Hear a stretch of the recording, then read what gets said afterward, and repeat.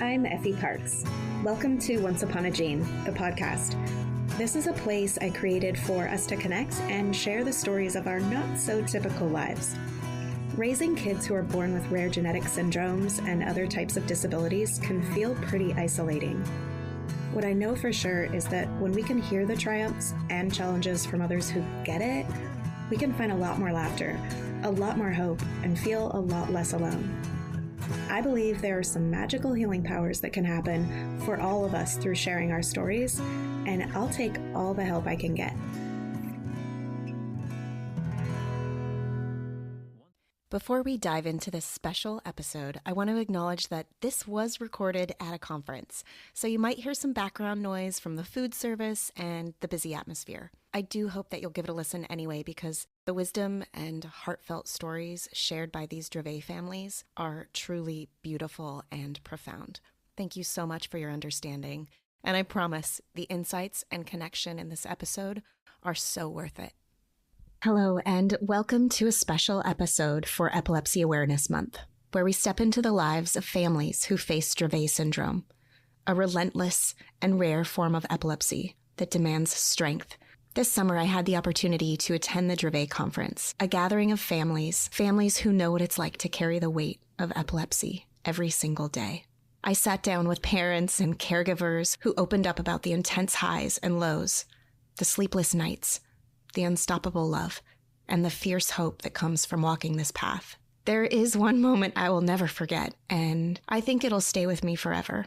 Every year at the conference, families come together for a butterfly release, a beautiful and heartbreaking ritual to honor the children who have lost their battle with Dravet. As those butterflies took flight, it felt like we were releasing pieces of ourselves with them. It was this bittersweet moment of letting go and holding on at the same time. It reminded me of how grief and joy sit side by side in our hearts, as painful as it is powerful. So this episode is for every one of you out there who knows what it's like to wake up each day, even when it feels impossible. This journey is heavy, and it's beautiful, and it's something no one should have to walk alone. I hope that today's stories, the resilience, the love, and the moments of joy despite everything resonate with you, whether you're in the middle of this battle or loving someone who is. Hi, can you please introduce yourself and your warrior? I am Erin Rioyo. I'm the Dravet Syndrome Foundation Family Network Liaison, and I am mom to 10-year-old Leonel. This year, Dravet Syndrome Foundation celebrates its 15th anniversary. What message do you have for DSF? It's hard to say more than just thank you. Thank you for everything that you have done in the last 15 years, really even in the last 8 since Leonel's diagnosis. Thank you for everything that you've put together for our families. In one word, what does DSF mean to you? Community. What message do you have for a family who's newly diagnosed? Just keep going. It's not easy in the beginning by any means, but just keep going and connect with our community and find your people. What have you discovered about yourself, Erin, that you didn't expect? Oh, I think I'm pretty resilient. Just like my son, we can really get through just about anything. We've really battled some very, very hard times when he was younger, and we have just kept going. Perfect. Hi, please introduce yourself and your little warrior. So my name is Amy Lopez, and my son is Isaiah. He's 13 years old, living with Dravet syndrome. This year, Dravet Syndrome Foundation celebrates its 15th anniversary. What message do you have for DSF? I just want to thank DSF for bringing me a whole nother family, a whole nother network of friends and moms and some dads that I can reach out to whenever I need even just a pick-me-up or some advice. Like our website that we have, our support group, is amazing because you plug in any question that you have and you're bound to get at least 20 answers. And sometimes they're all different because all our kids respond to things differently, but just knowing people are out there and going through it with you and understand everything. So for me, the relationships that I've made are the best, but like the research and the grants and everything they've done, it blows my mind that this whole foundation was started by a couple moms and that we are as big as we are and they've done so much. In one word, what does DSF mean to you? Love. What have you discovered about yourself that you didn't expect? That I can do this, and that's going to make me emotional, but I can do this, and I'm doing it, and I'm not doing it by myself. What do you wish you would have known sooner? That's a tricky one, because if you always say that to yourself, you're beating yourself up and you're not giving yourself grace. So in the past, my son just turned 13 last month, so I'd say in the past 12, 13 years, I've had to constantly tell myself that it's okay. I'm learning. I don't have to beat myself up if I didn't know that sooner. I know now. I'll put it in my toolbox and I'll use it for the future. What message do you have for a family with a newly diagnosed child? Reach out to us. It's the first thing I did when I found out my son had Dravet. I looked and searched for families local to me, and I just asked them questions. You're not going to get any better resources than families themselves who have gone through it. And I'm a network ambassador now for the Dravet Foundation, and I'm doing that because I got that from Dravet families when we first started. And that's the hardest time is when you're newly diagnosed and you need other families who get it and can help you through it. So that's why I'm trying to give back now and do the same thing. Please introduce yourself and your warrior. Okay, I am Morgan Turpin. I'm from San Diego, California, and I am the mother to Shane Turpin, who is 12 years old and has Dravet syndrome. In one word, what does DSF mean to you? The best word I can use to describe DSF is community. I will admit I was one of the people that was in, I would say denial is probably the best way to put it, in the beginning of our journey. I was very afraid of the future, and I was really hesitant to pursue community because I was terrified of what was going to happen over time with my child. And honestly, that's one of the regrets that I have, is that I took a long time to be proactive and take the initiative to sign up for the Facebook group and to connect with other families. And once I finally pushed myself to do it, I can't explain the magnitude of interacting with other parents who understand what you're going through. And, you know, we were still earlier on in the diagnosis, and being able to swap stories and relate so much to what these other parents and their children have gone through. It leaves me speechless. I hardly have words to describe that experience. So to me, that's what DSF is. It's my community, it's family. It feels, coming to this conference, it feels like coming home. It feels like a reunion. How do you advocate? So I am a parent ambassador for the Dravet Syndrome Foundation. I represent the West Coast region. I've done a lot of advocating via social media. I've written some posts for the Mighty. I've also worked with several pharmaceutical partners and written Dravet syndrome awareness posts over the years. I also have an Instagram page for my son, and I try to share a lot of our day-to-day life on there. I think it's important to share the good, the bad, and the ugly.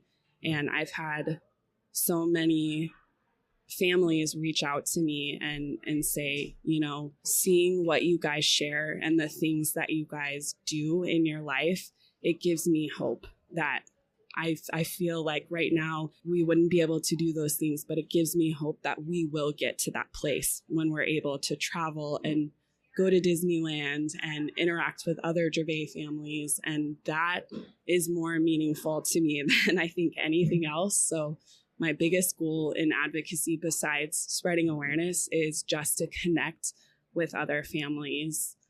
I met a mom. I went to a fundraiser last year in Philadelphia, and I had talked with her for several years on Instagram and kind of gotten to know her and her daughter. And at the fundraiser, she gave a speech, and she warned me. She said, "I'm going to mention you in the speech." And I said, "Okay, I'll be ready. I'm sure I'm going to cry." And she said that I was the first Dravet parent that she ever talked to. And I didn't realize that. And just to hear her express how meaningful that was to her. And I understand, because I remember the first Dravet parent that I ever talked to as well. It's just hard to describe. And I feel like, as hard as it is sometimes to advocate, you feel repetitive. You feel like a broken record. You're saying the same thing. There's no cure. This is what we're dealing with. to have just one connection like that, it makes it all worth it. What have you discovered about yourself that you didn't expect? That's a big one. I honestly feel like my personality has changed since my son was diagnosed. In some ways, I feel like a completely different person. I've learned that my instincts are often correct. I've learned to trust myself. I've learned that just because someone who has more training and more degrees and more letters behind their name feels that maybe the situation isn't a certain way, I know my child best. I'm the expert. I live with him every single day. I know when things aren't right. And I've come into finding my own, into feeling comfortable expressing that and standing up for him and advocating. And if you would have told me before I had kids that I was going to be doing that, I would have not believed you. What message do you have for families with a newly diagnosed child? The biggest thing I think I can say based off of my own experience is follow other families. If you feel comfortable, send a message, reach out. The main group is a lot. I understand that. If you can find sort of through the main group, if you can find your parent ambassador or a regional person that you can reach out to more one-on-one, I think those connections are so invaluable. And I think anyone here would agree with that. Our stories aren't all the same, but there's so many shared similarities.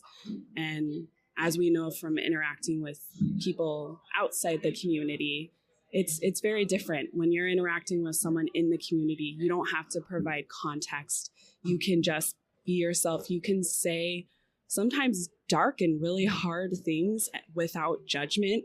They understand. They've probably been there. They've probably had similar thoughts to your own.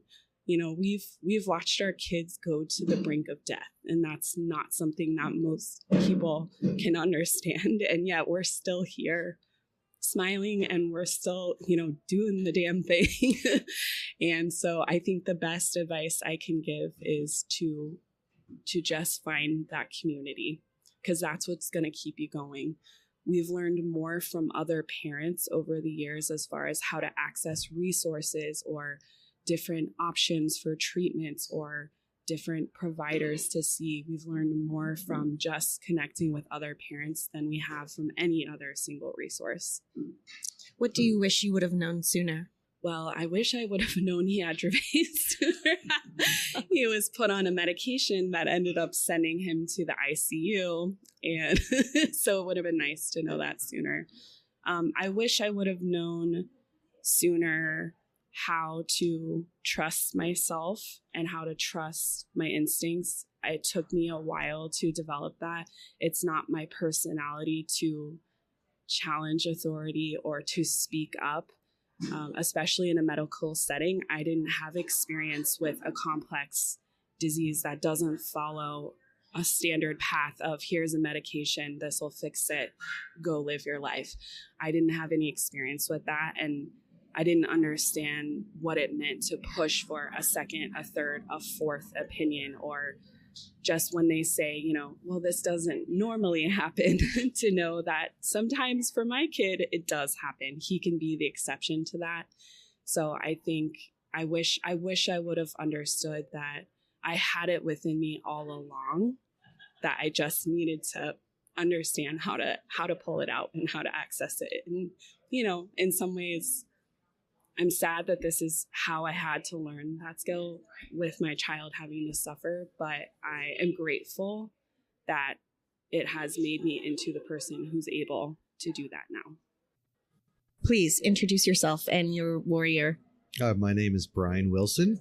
My warrior's name is Vivian Wilson. We used to live in New Jersey, but we live in Denver, Colorado. This year, Dravet Syndrome Foundation celebrates its 15th anniversary. What message do you have for DSF? The message that I have for DSF is thank you very much for everything you've been doing, because a lot of your direct actions we've benefited personally, and Vivian has directly benefited from even a lot of the research grants that have gone out to help get better medicines to give her a better life. In one word, what does DSF mean to you? Hope. How do you advocate? We advocate by making sure everybody who interacts with Vivian understands not just that she has special needs, but what the name Dravet syndrome. We keep active in the Dravet community and help promote anything that they're putting out. And I'm currently also now a parent ambassador for the next 2 years for Dravet syndrome to help get the word out and help get support for other families. What are you most looking forward to at this year's conference? I'm most looking forward to actually today. Today's one of the best days because this is when all the doctors come up. My wife and I both like all the scientific stuff to hear about what new studies are going on, what new treatments are happening. So we're really interested in this part.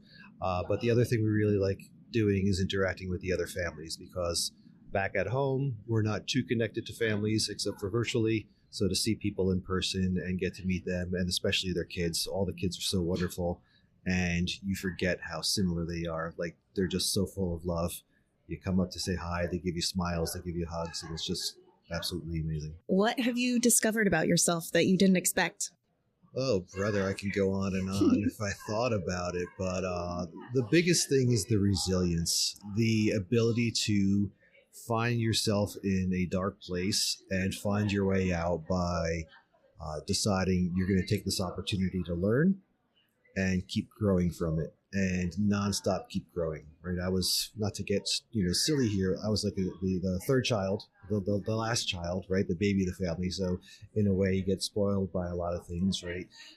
And this really forced me to step up and really take a lot more responsibility for what was going on in that situation and to own it and to learn and grow as much as I possibly could. A lot further than I ever thought I would have to in life. What do you wish you would have known sooner? Good question. Initially, we wish we would have known that certain medicines in those early phases were terrible for Vivian. This was before DSF really got off the ground much. There was not as much education. This was around 2011. That, I think, is a great advantage for people coming in now, especially with not only the newer medications, but the knowledge that neurologists have of what not to give in these situations. But the other thing I wish I knew was that it would get better and it would get easier. Because in those early days especially, it's extremely difficult and extremely hard. And you don't know, no matter what people tell you, and we didn't have many people telling us back then, but no matter what, you just don't see the other side of it. And it seems to be the pattern that as your child grows, it gets easier, at least the seizure side. Behavior is a whole different question, but, life becomes easier. You do get adjusted, you do adapt, but you have to make that effort to do that adjustment and adapting to it in order for that to be successful. What advice would you give to a newly diagnosed family? The advice I'd give would be, number one, definitely use the community. Reach out to DSF, not only for the support features they offer, but also just to the general community. Everyone before you has been through exactly what you're going through, has had the same concerns, troubles, even, really tough conversations with their spouses. When you're in such a dire position, when you're seeing your child stop breathing from too much rescue med and too much seizure activity, that spawns other conversations that most normal people don't have. And to hear other people have had those conversations, it feels like it helps you feel that you can have those thoughts, you can have those conversations. And really the best thing is be open, again, as I said before, to learning everything you can from those situations you're in. Your life is not going to be the same. Accept that as quickly as you can. It's going to be a hard adjustment, but accept that as quickly as you can and just take life where it takes you. Please introduce yourself and your warrior. My name is Alan Golick. I have a 20-year-old warrior. Her name is Abigail, and she is functional at a 5 to 8 year age level developmentally. Although she is 20, she needs full assistance to whether she walks or full care or assistance. I'm a solo dad with that, so as part of that, I had to leave my career back in 2018. This year, Dravet Syndrome Foundation celebrates its 15th anniversary. What message do you have for DSF? I'm extremely grateful for all the research, all the funding they have provided. As I'm sitting here, I'm just hearing how over the last 20 years, the information is just so much more. We were given such vague terms 20 years ago. Now we're getting specific. We're not only getting more specific, but we're getting more accurate information. And I'm just eternally grateful. And not only that, it's become a family now. In one word, what does DSF mean to you? Hope. What have you discovered about yourself that you didn't expect? When we have a child, you have your children, you have a set of dreams and aspirations for them.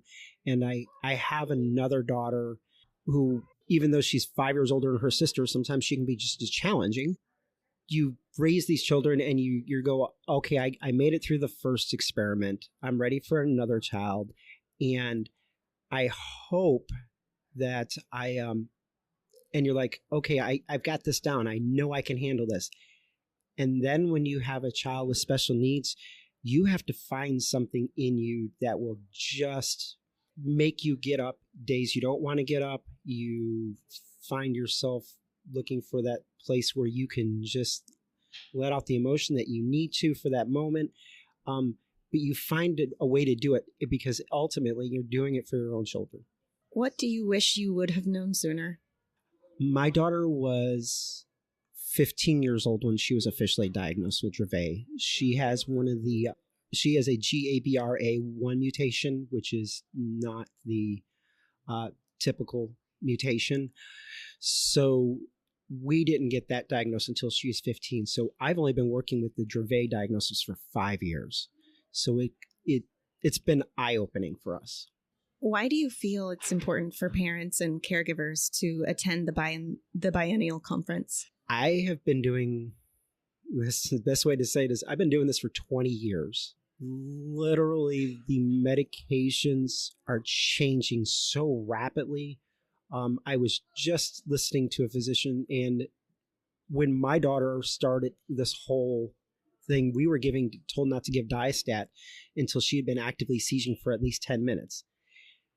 Now they're saying you can give it as soon as the seizure starts. There's the technology, the research is so much different. And beyond just that medical part, I am finally meeting people that have Dravet warriors, and we're all finding out our stories are similar. And I'm learning from the people that are older than me, kind of giving me a clue of what's coming up or how to handle situations. And the ones that are younger, I'm not only able to share that information, but to realize that all those years of not knowing, we weren't losing it. This was really happening in our lives.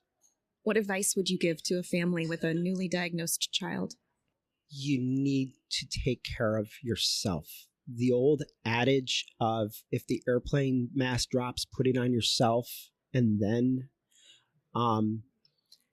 I have been a solo dad for 7 years. I had to leave a wife that I still love.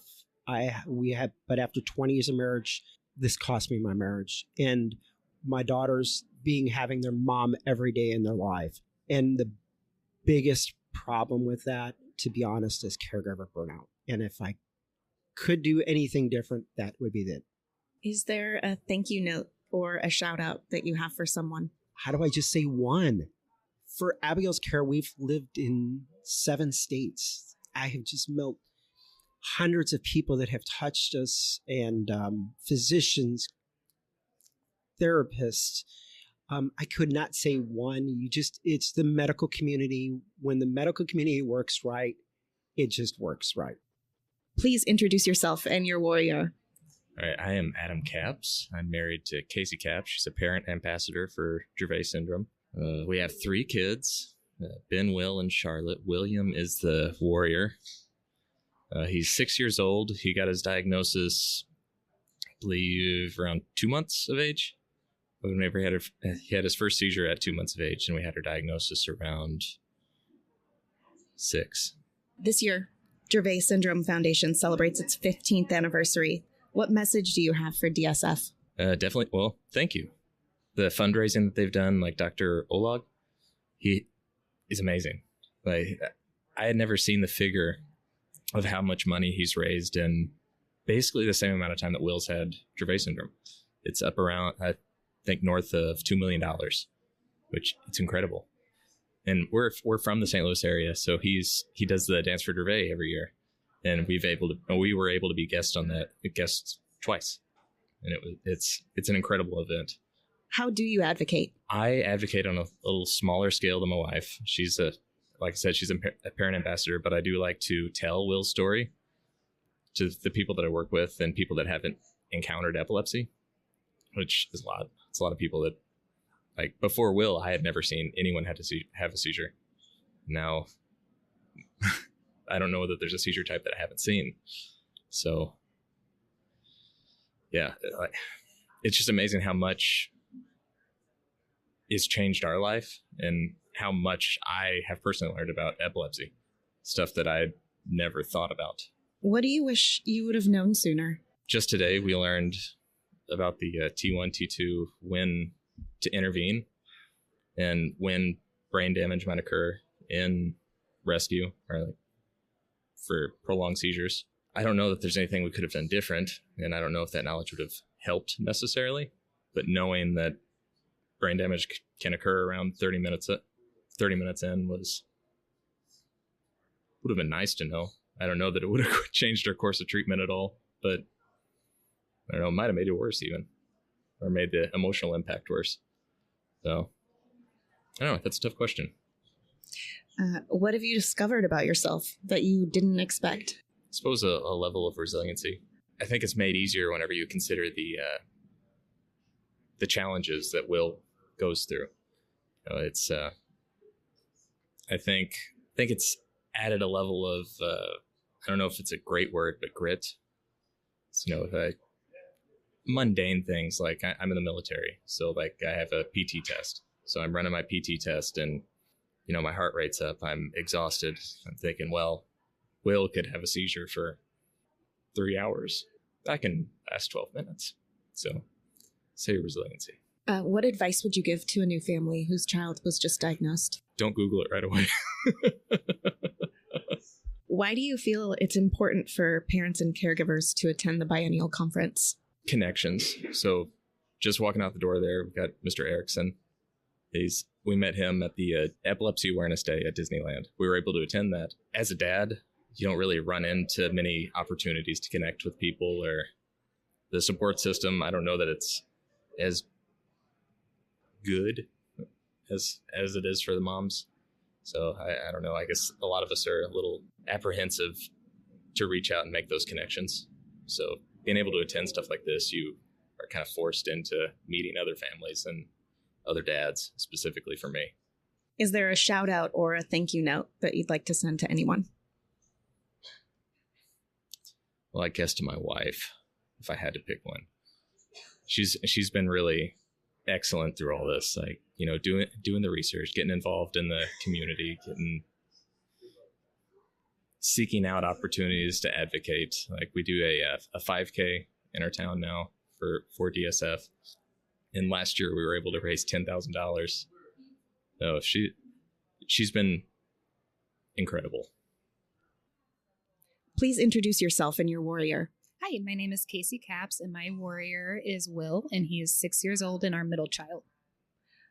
This year, the Dravet Syndrome Foundation celebrates its 15th anniversary. What message do you have for DSF? A great big thank you, because without them, I don't know where I would be. When we first got our diagnosis, the first thing I did was Google Dravet syndrome, and you get words like catastrophic and all these horrible triggering words. And then you come across the Dravet Syndrome Foundation and a group of people who have been fighting the fight and raising funds so that my son, who is only 6 years old, has more options that their children didn't have. And now that has become my goal, where, you know, things coming up in the pipeline, it makes me sad that they're not available to Will, but holy cow, like, for the little ones to have that chance for medicines and different opportunities that we didn't have, just to see it grow so much. And it is all thanks to Marianne and all of DSF to have the funds to do that research and hopefully find that cure. Maybe not for my son, but maybe for the next group of Dravet kids. How do you advocate? So I put on a 5K every year for Will. We have a great turnout. It's a small town, so Will's kind of like a celebrity. Everybody loves to come and see him, and he gives hugs. I also have a Facebook page. It's called Warrior Will, Our Journey with Dravet, and I post on there frequently. I post videos of seizures because before Will, I had never seen a seizure. I had no idea what one even looked like. And I feel like putting that out there is one of the only things that I can do. You know, I can't find a cure myself. I can't do research myself, but I can put Will's story out there and inspire people, help the next family, give them some sort of footing to look at. I know I had a family that actually lives about only 20 minutes from me, and their son got diagnosed, and somebody was like, you should follow Casey Capps. She's put this all out there, and if I hadn't done that, she would have felt so alone. And that's my whole goal, is that nobody fights this alone. What are you most looking forward to at this year's conference? I'm looking forward to being with my friends. We're a fun little group. Every 2 years when we get together, a small group of us goes and gets a tattoo. It's always Dravet themed. And just being with the other families and being with, you know, it's so easy. I'm a kindergarten teacher, and I'm around typical 6-year-olds all day long. And then I have my son, who is around 18 months cognitively. So, you know, I work with typical children all day, and I come home and it's hard not to think about how it should have been, or could have been. But then I come here and there's all these people who understand that grieving, but also that hope that things were going to get better. And they are just there. You have to find your village. And this is what I look forward to every 2 years, is getting to get together with my village. What do you wish you would have known sooner? I wish I would have known sooner that every child is different. In our Facebook group, you'll see, you know, a mom or a dad put out that this one drug worked miracles for them and they haven't had a seizure in 6 months. And I'll be like, oh, awesome. And I'll bring it to our epileptologist and we'll put Will on it, and it doesn't work for him. And in the beginning, that was so heartbreaking and disheartening and feeling like we were just grasping for anything, until we learned that it is so common in this community that every child is so different. There's such a huge spectrum, and what works for the person who posted in the Facebook group might not work for Will, and that's okay, because something might work for him that might not work for another kid. And that's something that weighed heavy on me for a really long time and kind of had me lose a little bit of hope for a while. You try so many things and they're not working, and they're working for other people. And if I would have known that that is typical and that every child is so unique, even with the same genetic mutation, that would have helped me a lot in the beginning. What have you discovered about yourself that you didn't expect? I am so much stronger than I thought I was. I have anxiety and depression. I had it before my son. So when Will started having seizures, it was really bad for a while. I was in a really, really dark place. And the longer that we went, I turned that grief into advocacy. I took care of myself. Medication's great if you need it.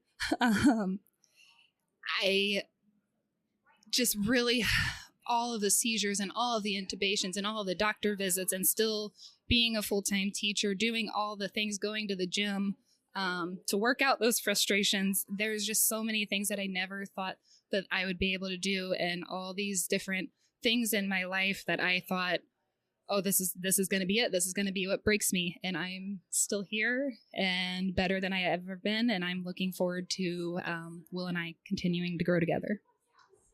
What advice do you have for a newly diagnosed family? My advice would be to take with a grain of salt what works for other families. Because like I said, it's really, really easy to get caught up in feeling hopeless that, oh, this worked for my child or their child, but it didn't work for my child. Really just keep hope.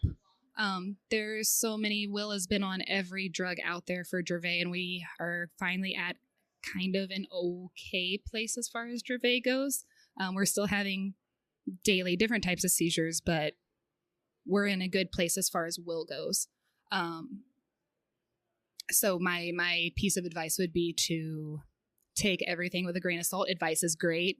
Having that community is great, and being able to bounce ideas off of each other. But just really, really know that what works for one family may not work for yours, and you've got to work and trial and error, and it stinks, but you get through it, and eventually you do find that combination or lifestyle that works for you. Do you have a thank you note or a shout out you'd like to make? I would love to thank my husband. I recently went back to teaching 2 years ago after being a stay-at-home mom because Will's seizures were out of control. So I was the primary caregiver until 2 years ago when I went back, and my husband goes to all the doctor's appointments. Doctors are really surprised when dad walks in and not mom. But I love the advocacy that he is doing with going to all those appointments and taking off work and letting me kind of be the secondary caregiver for a little bit. And you don't see dads take on that primary role so willingly and work through seizures with me and cry with me and be vulnerable with me. You hear a lot in special needs communities that it's either going to destroy your marriage or make it stronger. And ours has been made a lot stronger. It's still very hard. But we feel all of those feelings together, and it has definitely made us a stronger couple. Please introduce yourself and your warrior. Sure. My name is Austin Watson, and my son Owen is 10 years old with Dravet syndrome. And what's your role with Dravet syndrome? So I started out my journey with Dravet syndrome when Owen had his first seizure at 3 months old. We went through a whole year of a diagnostic journey as we added extra seizures to our daily routine medications. And then at 10 months old, he developed a secondary seizure type. And it was at that point that our neurologist said, hey, we might have a problem. And so he brought us in on his day off where he saw no other patients except us and explained to us that I think your son has Dravet syndrome. So it was at that point we did a genetic test, and it was discovered that Owen does have a de novo gene mutation on the SCM1A gene. And so we were officially diagnosed at 13 months old. Then we continued our journey where there happened to be an epilepsy summit in LA where we actually got to meet with Dr. Dravet just after that diagnosis, which was so powerful as we first met the community as well within the DSF Foundation. And some of the parents we met there literally changed the disease trajectory for us, where we learned about medications we'd never heard of before. And we met these people that are still our friends and still share our stories and still walk with us. And so then we started fundraising as a family. And as a family, we've raised about $65,000, which is really rad. And then I became a parent ambassador back in 2021.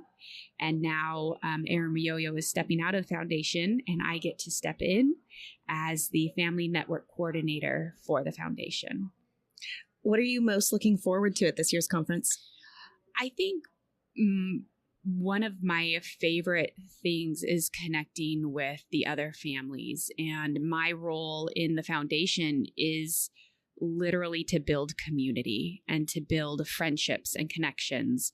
As I oversee the Family Network Ambassador Program and the Brand Ambassador Program for the foundation, I get the opportunity to connect on a very intimate and real level with so many different people from all over the world who are walking the same trails, who have the same challenges, and forging new relationships with them and connecting them to others as well. What do you wish you would have known sooner? I think I wish I would have known sooner that I would learn more from my child than I would ever be able to teach them.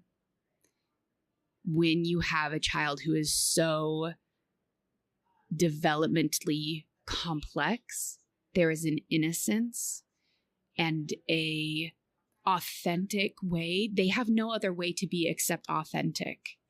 And so I wish that I would have known that this child who is always going to see magic in everything, right? So Santa is always going to be magic. Easter Bunny's always going to be magic.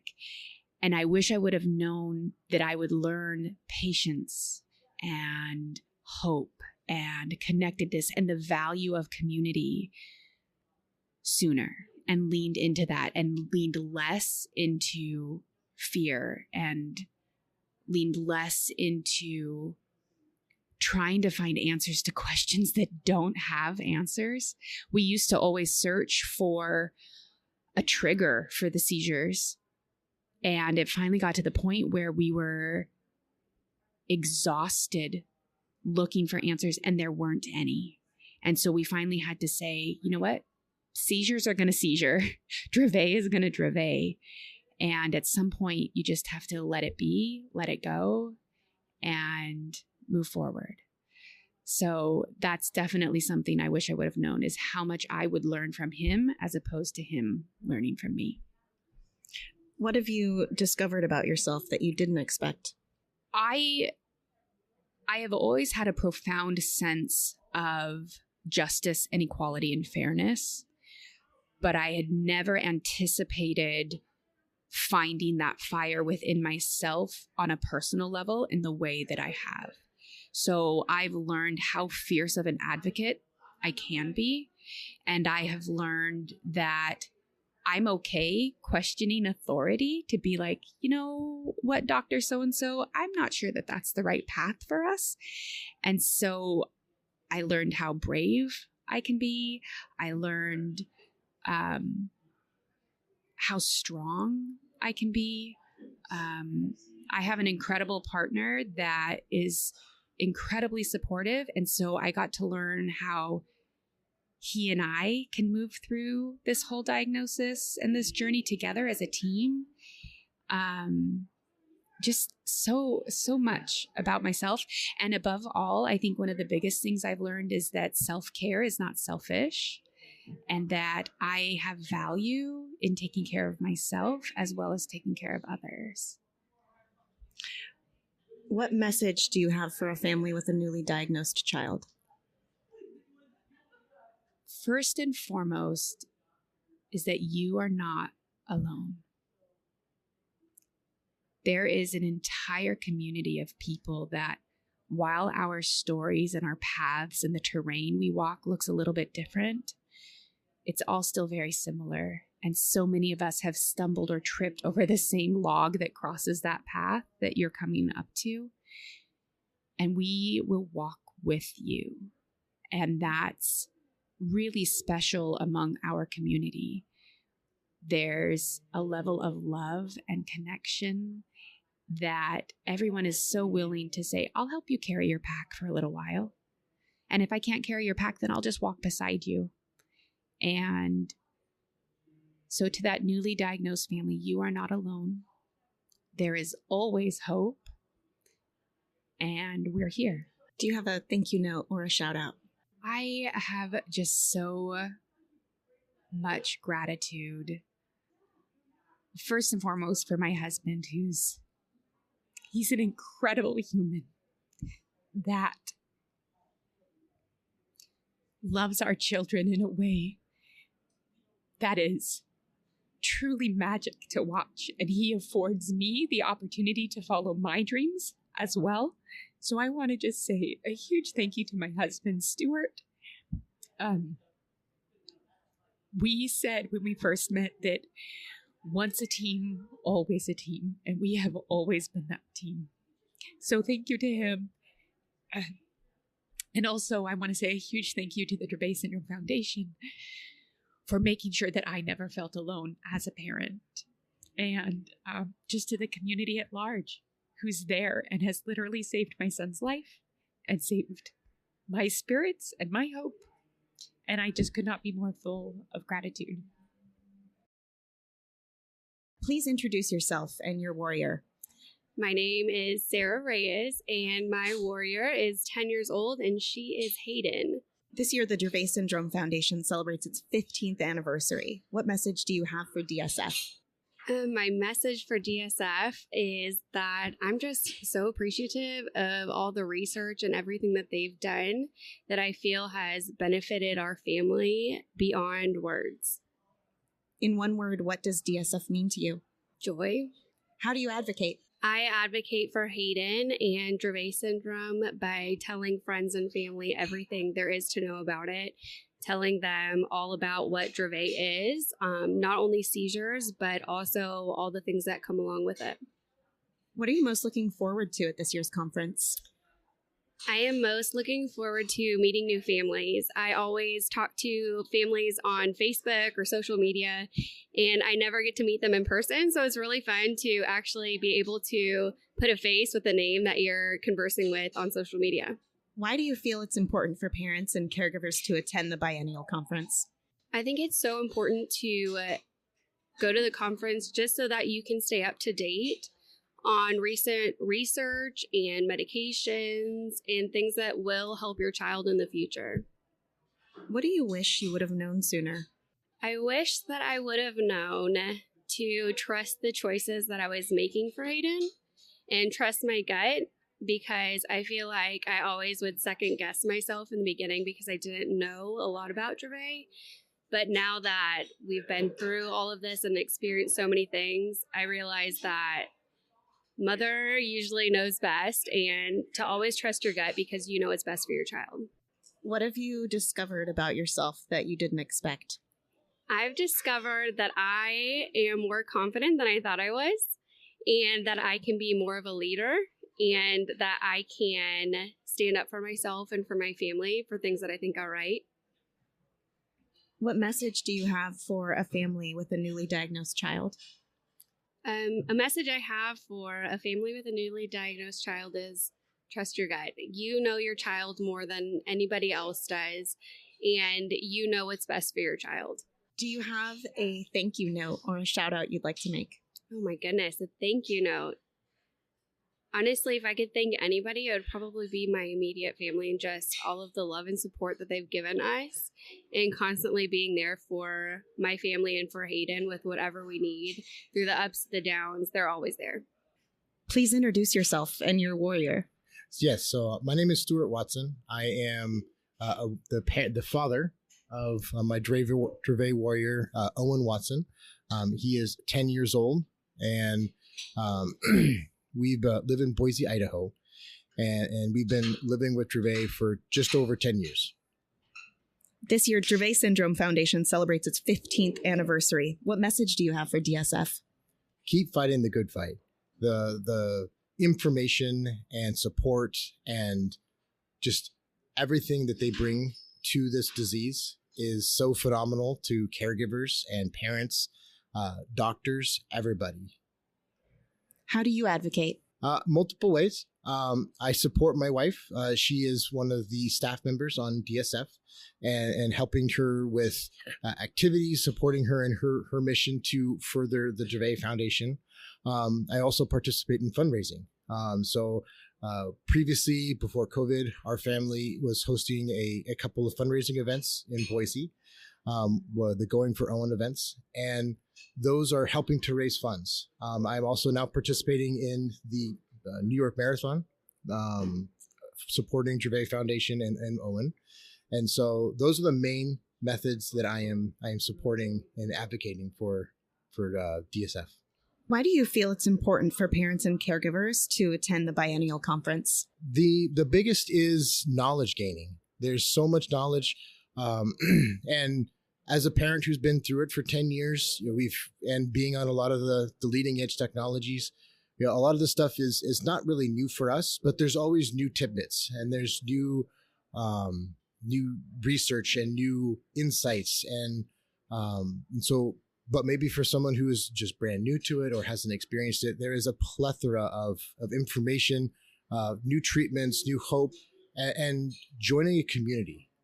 Living with Dravet is often a very isolating disease, as I'm sure you've heard from many people. And so being able to interact with other parents and hear their stories, hear their challenges, and realize that you're not alone and that you're not isolated. And getting connected so that you can continue to have those experiences with those people charging ahead with you, and you can call them up at midnight and say, I'm really struggling, and they get it and they can listen and say, yep, I understand and I'm here for you. What do you wish you would have known sooner? Oh, that's a challenging question. For us, it's a little bit challenging because we have very much always asked questions. And so we have learned about things as we go. But really, patience. And you always hear about patience and learning how to be that patient parent. But when you're going through with the Dravet and all the experiences with that, the need for patience is so much more that that's probably the biggest thing that you realize and you learn as you go. What have you discovered about yourself that you didn't expect? That I'm stronger than I thought I ever could be. I try and be resilient, and I thought that I was a strong person, but seeing how as a family you have to come together and be strong, and in those times of emergency you realize that I have to be on top of it for the one that I love so that I can take the best care of him. And then in those times you realize how strong you really are, and then when the emergency is gone, you then absorb what has just happened. But in the time you are so strong, and even though it sounds on the outside that, hey, this is unattainable and how do you do all this, when you're in the middle of it, those don't even cross your mind. Your only thought is, how do I take care of this person the best way that I can? And then that's probably the biggest thing that I have learned. What message do you have for a family whose child's newly diagnosed? There is hope. It is a devastating disease, but there is hope. There is so much has grown and so much that you can learn from other people, and always ask for help. A lot of times we want to be doing it ourselves and saying, I can do it. But asking for help, building that community, talking to your doctors, having your care team, and being able to ask for help so that you can have the best decisions and grab all the information and make the best decisions possible for your children. Do you have a thank you note or a shout out you'd like to make for anyone? For one, I'd like to thank my wife. She is an amazing resource, amazing person, an amazing human being, and her strength and her willingness to ask for help and lead and advocate is such an amazing thing that I want to express and I cherish. And then lastly, again, the Dravet Foundation. The Dravet Syndrome Foundation has provided such a support for us through advocacy, through care support groups, through the conferences and bringing everybody together. That is a wonderful resource that I'm so thankful for as a family. Please introduce yourself and your warrior. Hi, I'm Brenda Tisdale. My warrior is Addison. What's your role at the Dravet Syndrome Foundation? I'm new to the parent ambassador role, which I'm very excited about this year. And I've also hosted a fundraiser, Steps Towards a Cure, last year, and we raised over $10,000. And I'm so excited that I'm hosting another one this year, of course, and I'm addicted now, and just so excited to keep raising money for Dravet syndrome. This year, Dravet Syndrome Foundation celebrates its 15th anniversary. Oh my gosh. What message do you have for DSF? Great job. I'm so proud of Dravet syndrome. I'm so proud of all of us coming together. I'm getting goosebumps. It's just everyone is one big family that we all are helping Dravet syndrome become one bigger family every year. How do you advocate? Every day. Every day I advocate for my daughter, for the brothers and sisters, the siblings, the family, everybody. We they'll ask, what does Addison have? And I say Dravet syndrome, and they just look at me and I spell it out for them. And we actually just got these new stickers that have QR codes on them. And I'm going to put it on my water bottle, and that for sure is going to be even more advocating for us. So I'm excited to utilize that now. What are you most looking forward to at this year's conference? The connections, this is what we come. This is our family vacation when we come here. This is our family, and why not make it our family vacation? We are here to connect with everybody. Addison's in the Sierra Lights Dravet room right now. She is having so much fun, just enjoying herself. She's painting, she's doing masks. That's part of it too. Addison connecting with her warrior friends, and then us connecting with all the parents. My husband's connecting with other male figures here too, and all the other dads, I should say. So yeah. What do you wish you would have known sooner? Probably that she had Dravet syndrome, because it was a good 2 years before we found out that it was Dravet, and we tried a lot of different seizure medications before we even got that diagnosis. So to know it sooner, definitely. What have you discovered about yourself that you didn't expect? Oh gosh, I know everyone says you're strong, you're so strong, but I guess just that I would do anything for Addison anyways, but just us being closer, my husband and I, our bond, you don't know how that would have been without having our warrior, and just my inner strength, I guess, from everything. Just, yeah. What message do you have for a family with a newly diagnosed child? I always tell them to write everything down, and everything will be okay. Everyone is one big family. That you have any questions, talk to me. Call me whatever time of day. It could be 2:00 in the morning. I'll answer my phone, and we could talk. If they're having a seizure, they don't know what to do, things like that. It's a lot. You feel lonely, but having someone there that gets it is golden. Do you have a thank you note or a shout out? I can name off 10 people that, if not more, with Mary Ann. I have a story about Mary Ann, that when Addison was just diagnosed, I went on the Dravet website, and I had her number, I believe, and she answered, and I was talking with her and explaining Addison, and she was just like, everything's gonna be great. We're actually gonna have a walk. You need to come out and see all of us. And she's like, oh, by the way, she's like, I need to get going in 10 minutes. I have to pick up Elliot from the bus. And just so casual that we were if I wasn't talking with Marianne, she really put things into perspective for me and said, it's going to be all right. It's going to be okay. We're here for you.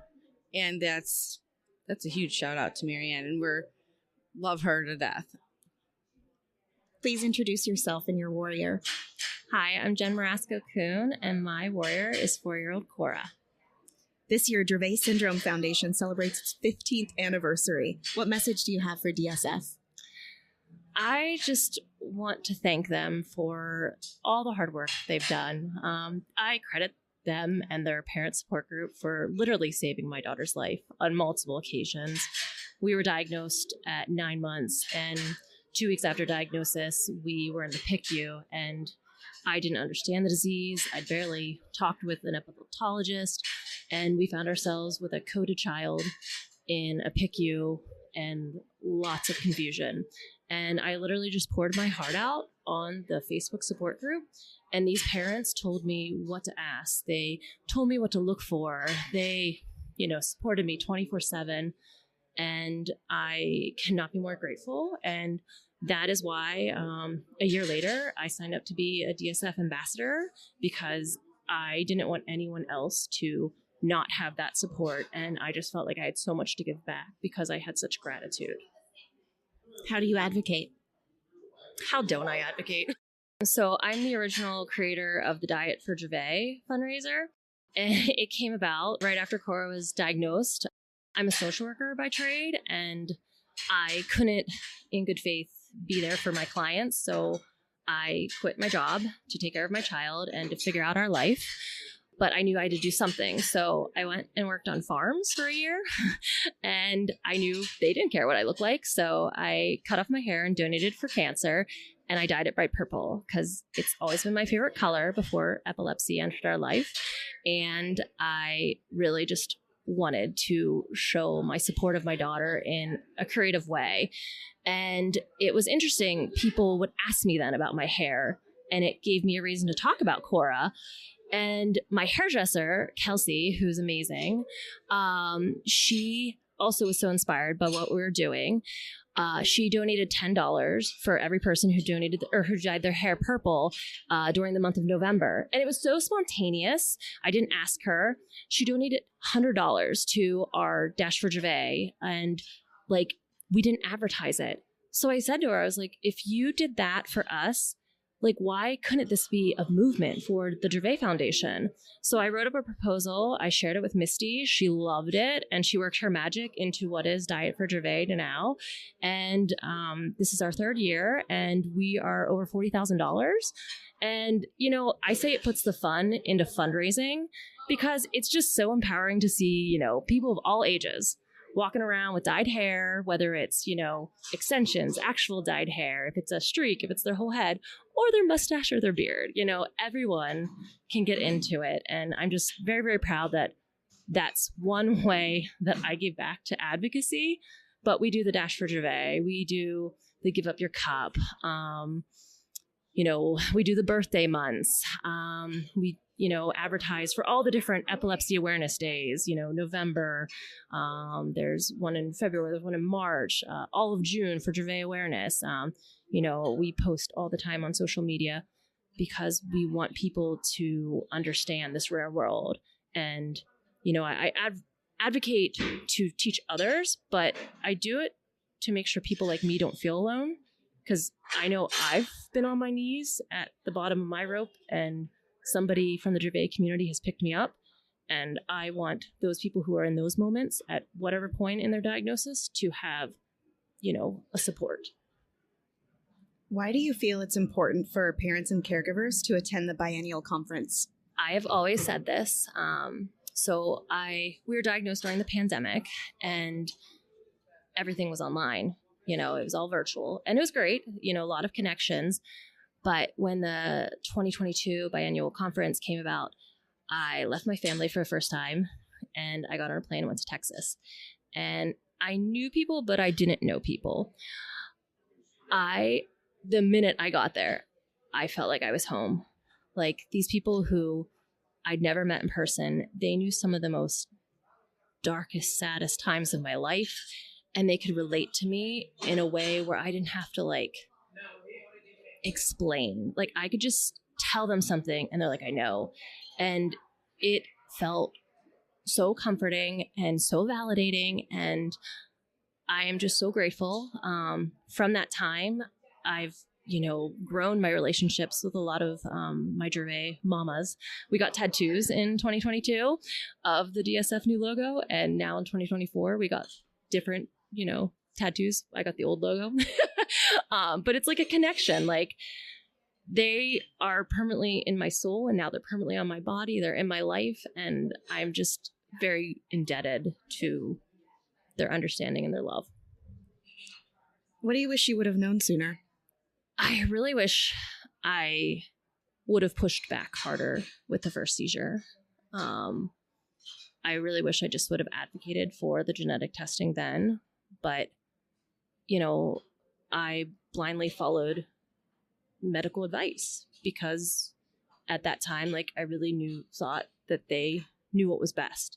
And now I really advocate, you know, whether someone gets, you know, a febrile seizure or like anything, I'm like, you ask for genetic testing, you push, you get connected, you need to have answers. And if it turns out it's nothing genetic, okay, that's great. Like, cross that off. And hopefully it doesn't happen again. But it's so hard living without answers. And there's a lot of guilt and regret that come from decisions made without the right information. What have you discovered about yourself that you didn't expect? So I'm a social worker by trade, and I've always been an advocate. But it's different when it's your child or your life. And I worked with individuals with dementia for 12 years, and I ran caregiver support groups, and I gave resources, and I did evaluations, and I really thought like I knew and I was empathetic. But now I'm in this whole caregiver role, and I just laugh at how much I didn't know. And I laugh at some of the guidance I gave back in the day because it came from a good place, but it was a place of ignorance because I'd never walked their shoes. And I'm so much more aware of what I say to people and where they are in their journey because I don't want to come off in a certain way that will make them uncomfortable. So I feel very humbled from my experience. And it's funny, I also I was an advocate, but in the same vein of that, I kind of had a fear of pushing back against doctors. I felt less than, I didn't feel as smart as them. So sometimes I don't think I pushed as hard back in the day, but now I have no fear whatsoever. I can't believe some of the things that have come out of my mouth, in talking to a medical professional. And I was like, you don't know our story. That is not an appropriate thing to even think about. And I think of us more as partners, whereas before I felt it was a very hierarchical relationship.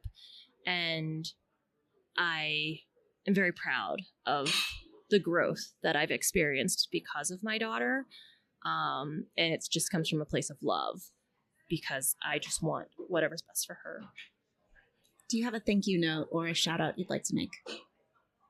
Well, there's a lot.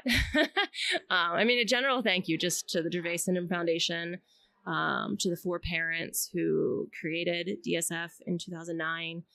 Marianne, she's just an inspiration. I remember meeting her in person in 2022, and I was just in awe of her. And she's just so humble, but she's done so much for this movement.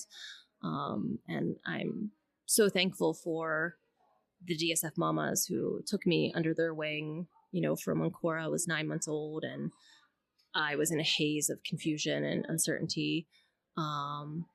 And they're still lifting me up, 3 years later, even though I'm this advocate ambassador, you still have to be humble. We don't know it all. And it's an ever-changing landscape of information.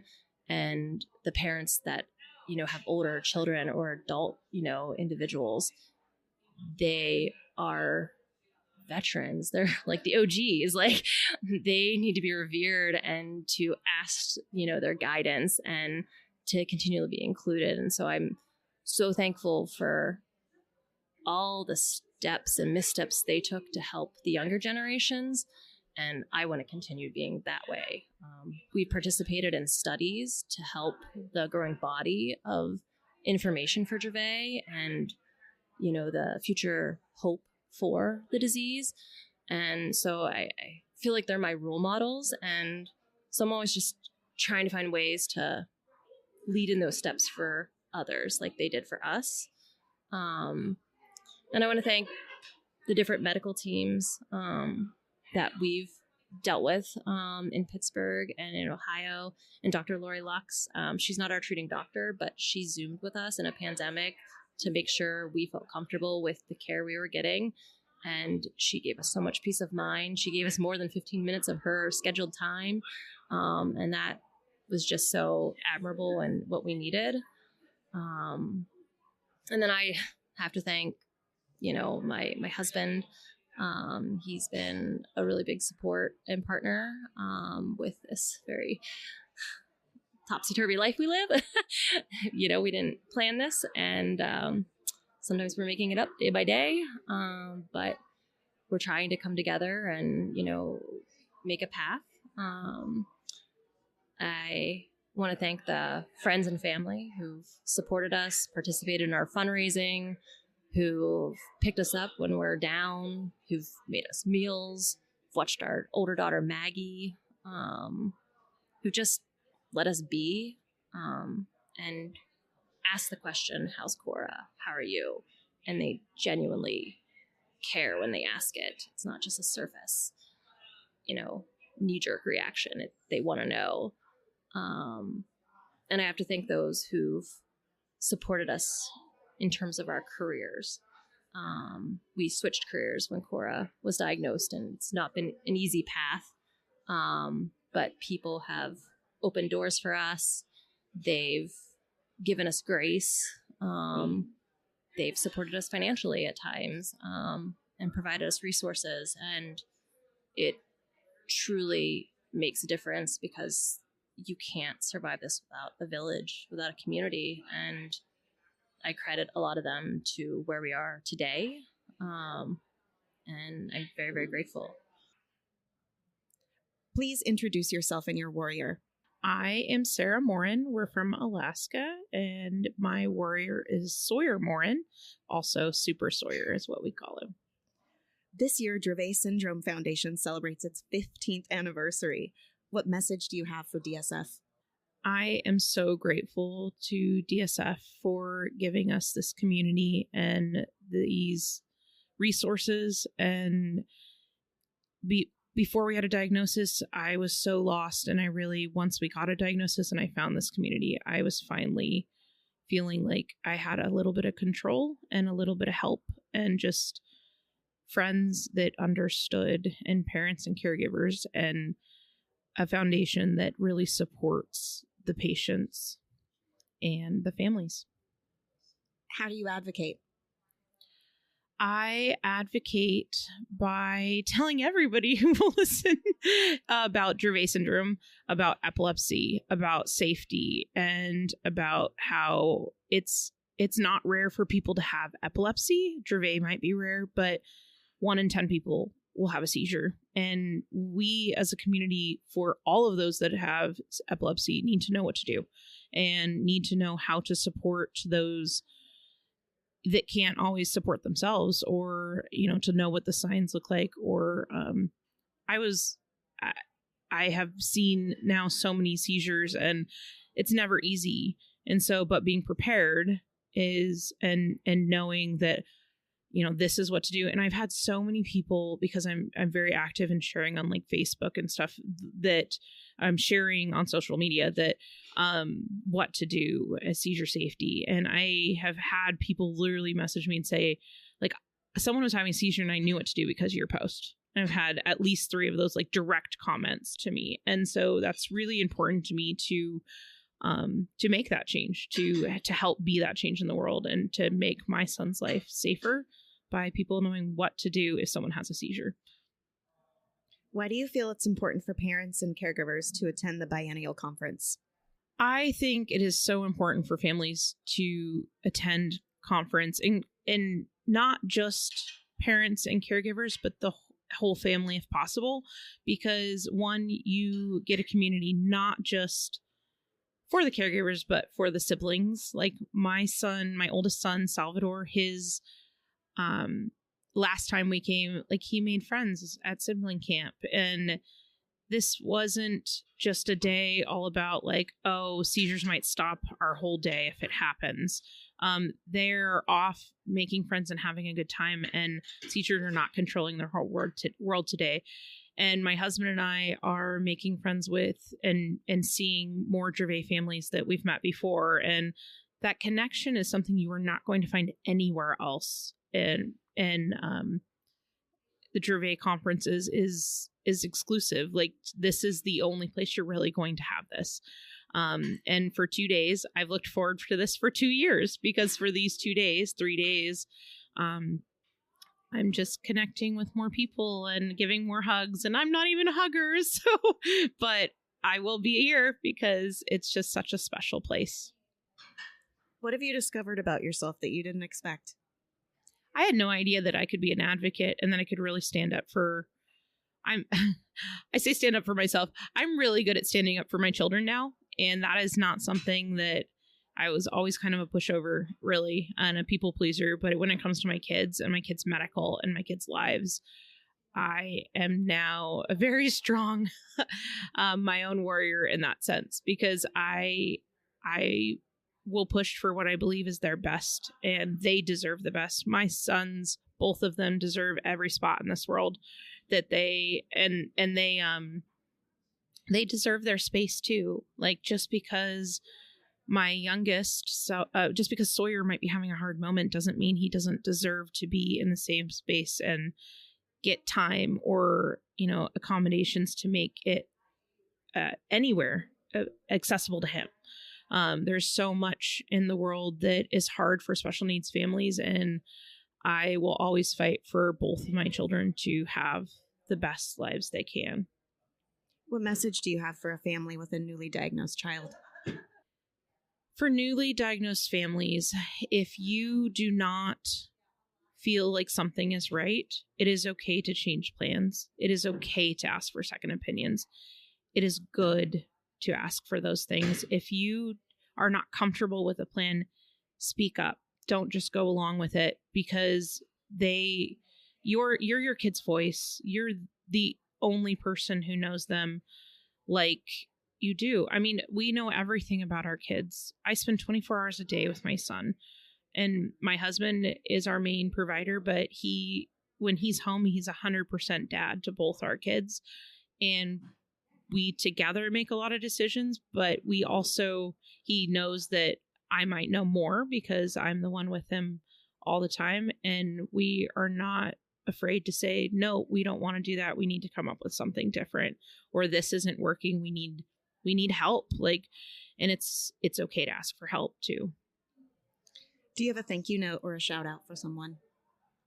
I'm going to be very cliche here. My thank you is to my husband, because I could not be home with our sons, and I could not be truly fighting to give our children, the best. Please introduce yourself and your warrior. Hi, my name is Jenny Barneo, and my daughter is Samantha, and she's 5. This year, Dravet Foundation celebrates its 15th anniversary. What message do you have for DSF?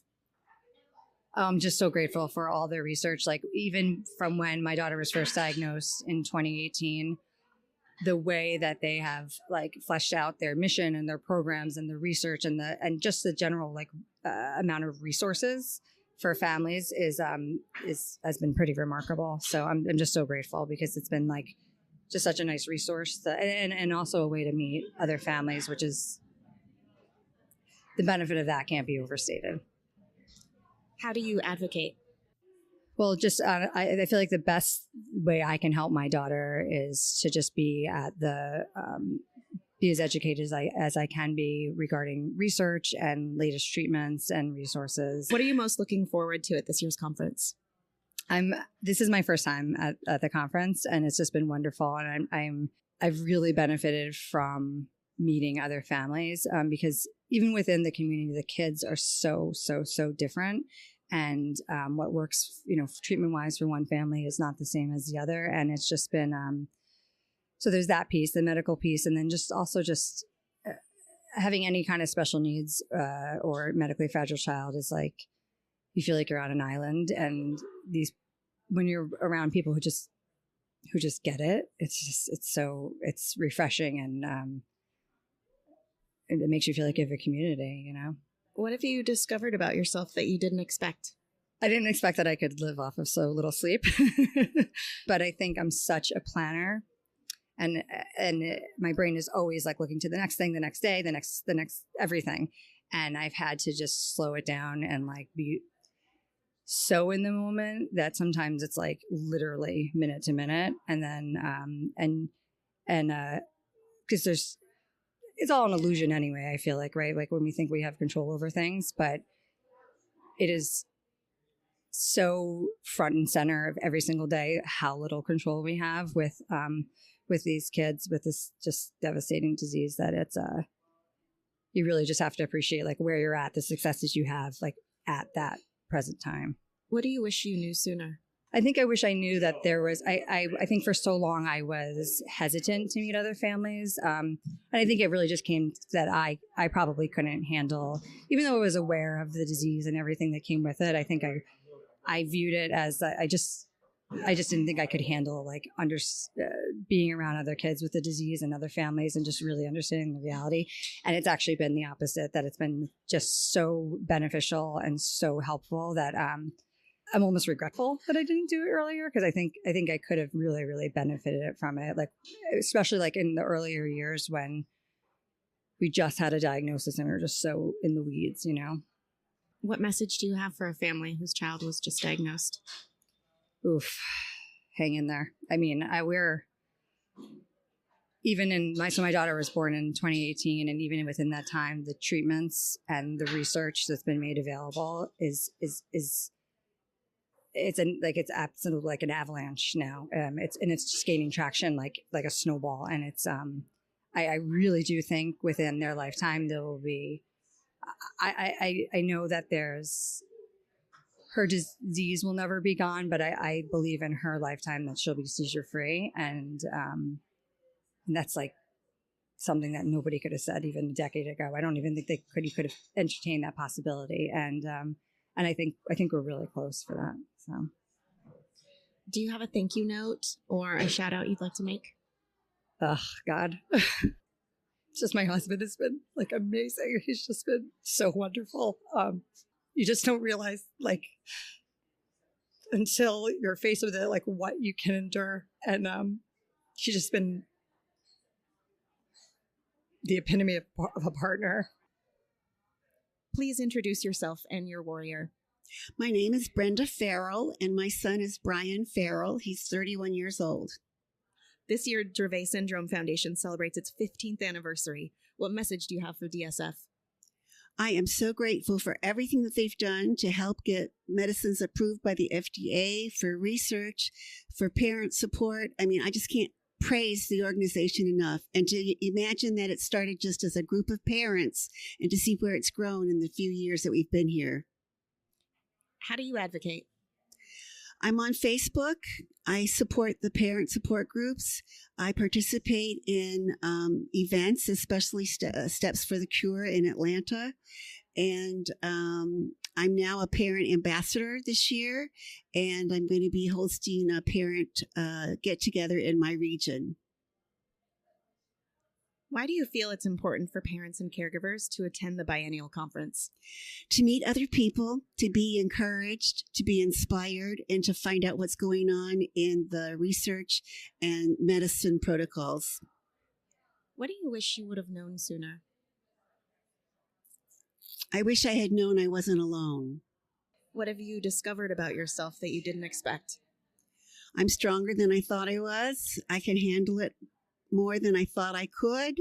And I really need the support and encouragement of the DSF.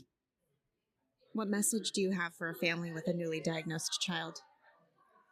To be as involved as possible in DSF, to get on the parent support groups, to share, to find out that you're not alone, that there are a lot of other people out there who have walked the similar path, even though yours is unique.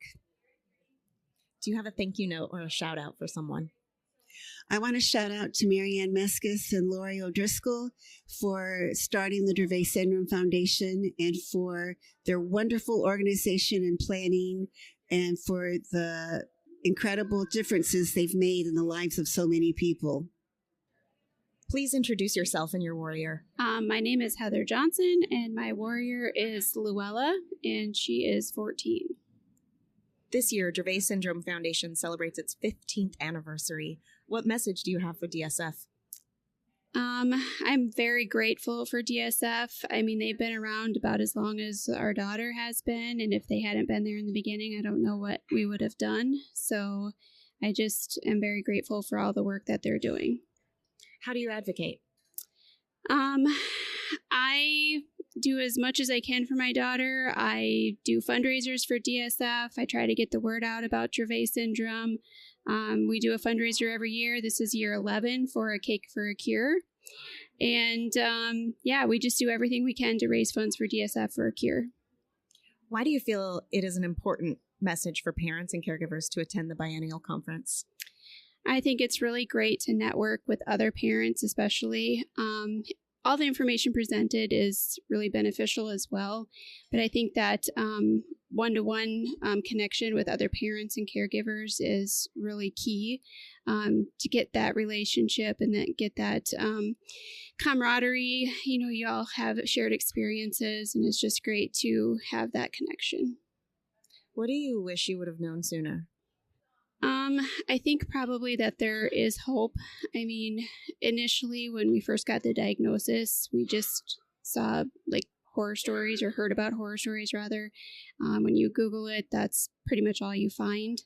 And knowing that there was hope, and especially that my daughter has had such a significant outcome, a great outcome with her diagnosis, and that she's doing as well as she is, I hope that she can provide some hope for other parents too that are just newly diagnosed.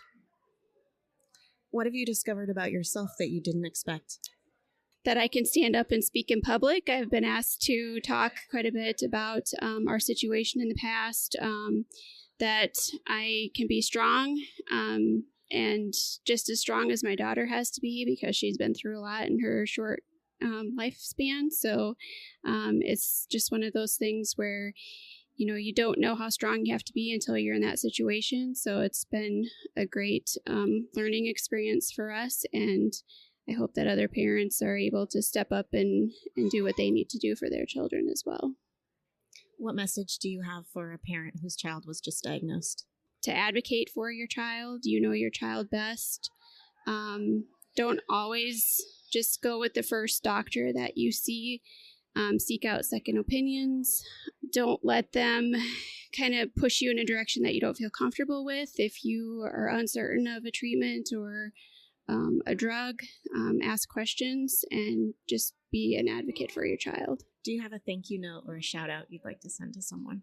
The entire DSF staff. I mean, Marianne, everybody at DSF has been so welcoming and so encouraging along the way. I mean, you can email them, you can reach out to them at any time, and somebody will always reply. And it's just nice to know that we have that kind of support.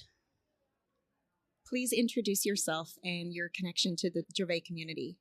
I am Parisa Sanandaji. I head up Global Patient Advocacy at Stoke Therapeutics, and I am thrilled to be here for my second DSF conference. This year, Dravet Syndrome Foundation celebrates its 15th anniversary. What message do you have for DSF? The main message I probably would have actually for DSF, but really for our colleagues back at Stoke, is this is a really special community. And this is a special conference that I think more timely than ever matters to us as we're getting ready for the next phase of our company. And so we wouldn't be here if it wasn't for this advocacy organization and the families that they bring together from around the world. And I just want to say thank you to the DSF for doing this so beautifully. How can industry leaders collaborate more effectively with patients and caregivers to ensure that the development and delivery of treatments for rare diseases are truly patient-centered? Effie, this is one of my favorite questions. I think the biggest lesson and biggest takeaway is actually by participating, attending, asking questions, leaving space for the questions for which you don't have answers. And you can only do that if you're asking the questions and you say there are just a lot that we don't know and so much we can learn. And putting yourself humbly in the shoes of anyone who doesn't know, you end up being surprised by what you can learn. And coming here, just even as a sort of real-time example, we've met many of the families that are here at the DSF conference, and until probably just a moment where I reunited with a family who we've met before, did it all sink in. The IT stuff, the packages, some of the preparation, none of it really matters. And when you come face to face with a family who's faced so many tests, and they're here because they're saying, listen, we also don't know and we're looking for answers, I think that's a really great partnership and makes you feel like you are with them because you are here humbly asking those questions and being open to not knowing. And I think that is the essence of involving families and patients in your development programs. What does it personally mean to you as an industry leader to be part of the journey in developing treatments for rare diseases? And how do you stay connected to the real life impact of your work on the patients and their families? What are you taking home with you? This is a good question and a timely one. As I was thinking about some of the logistical issues and the needing to kind of get my organizational self together, I think the biggest thing I take away is the connections and the human connections and the ability to find the common ground with families. And what I take away, and I would love to share this with my colleagues, is that we're reminded every time families come and visit us, but especially when we come to where they are, and this is where you all are at, you're reminded about how much you don't know, but how much you also can have in common with people who are fighting with resilience to change the life of their kid, of their families, and how much we are privileged to be able to in any way interact with the families and with parents who are so strong and that we're open to learning from them. So that's it. I think a lot of it is really just staying humble and open to all the things you don't know. Do you have a thank you note or a shout out for anyone? Oh, yeah. I have a lot of thank you notes and shout outs. The first and kind of place where I'll start is where it all kind of cascades outward. And it's Marianne Meskis and Veronica Hood and the way they are so generous with their time, with their commitment, and just with their passion across patient communities, with industry. The grace and calm they exude for me is so inspiring because it really helps me check myself when I get stressed. And I think, be like Marianne. And I would say that they really are just inspiring for me. And I'm so grateful that we get to work with the DSF. Please introduce yourself and your connection to the Dravet community. I'm Carrie Condon. I am a director of clinical development at Stoke Therapeutics. We work on a novel drug that works in Dravet syndrome. So that's my connection with the Dravet community. This year, Dravet Syndrome Foundation celebrates its 15th anniversary. What message do you have for DSF? Oh my goodness, that's so exciting. I guess congratulations. I listened to a talk earlier today about the journey of families with Dravet syndrome, and it has been long, and I'm sure it's been very emotional. So I guess congratulations on getting to where you are today, and I know there's still a long way to go, but you have done so much work, and we can just all see you shining. So congratulations. How can industry leaders collaborate more effectively with patients and caregivers to ensure that the development and delivery of treatments for rare diseases are truly patient-centered? So I guess during my experience in industry over the last 20-something years, I have seen this shift drastically over the last 5 maybe years. And it's really been at the leadership level where leaders in industry are listening to what the caregivers are saying, and then not just listening, but then trying to implement and do the thing that the caregivers are asking for. So I guess just more of that, more listening and learning from each other, trying to meet each other in the middle, whatever that means.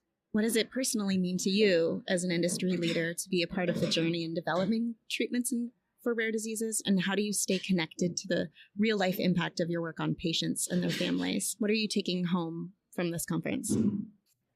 So this is my job. This is what I've been doing with my career for, since I graduated from college. So I've just gotten so much meaning from being part of rare disease community and Dravet syndrome community. I think what I'm going to take home from this conference is remembering the faces of the moms and dads who came to the Stoke Therapeutics table, letting us know how hopeful they are about the drug that we're working on and what it might mean for their kids, for their families. Do you have a thank you note or a shout out that you'd like to leave for someone? I have a thank you note for Marianne Meskis. She is just so inspirational to me and to, I'm sure, so many people in industry. The way that she works to, sort of bridge the communication barriers and any gaps that there are between industry and patient advocacy. She is just a rock star. So yeah, thanks, Marianne. Please introduce yourself and your connection to Dravet. Hi, my name is Roya Hakimzadeh. I work with Bloom Science. I'm their director of patient advocacy. We have a program for Dravet syndrome, and so I've been connected with the Dravet Syndrome Foundation for a little over a year and a half now. This year, Dravet Syndrome Foundation celebrates its 15th anniversary. What message do you have for DSF?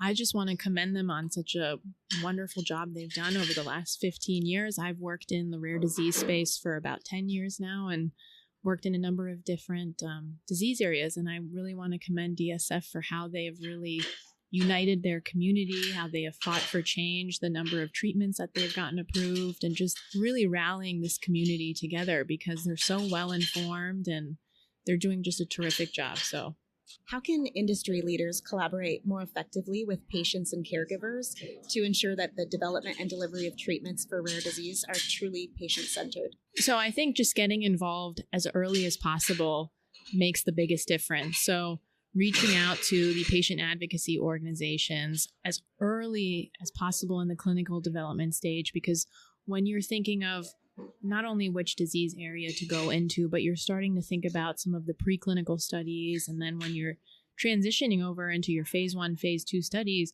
you want to make sure you're incorporating that patient voice. You want to think about the trial from not only a patient perspective, but a caregiver perspective to make it as seamless and easy as possible, because you're really asking a lot of these families. I mean, some of these trials can take a few years of time. And so you want to be really mindful about what you're asking and what the experience is like at the sites and making sure the assessments are thoughtful.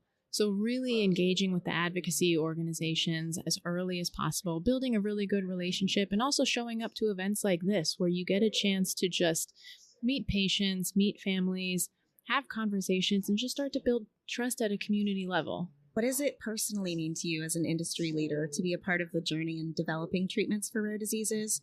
And how do you stay connected to the real-life impact of your work on patients and their families? For me, it means the world to be involved in rare disease. I've spent my entire career in rare disease, so I've been connected for 10 years now, and I know it sounds a little bit cliche, but for me, rare is where the heart is.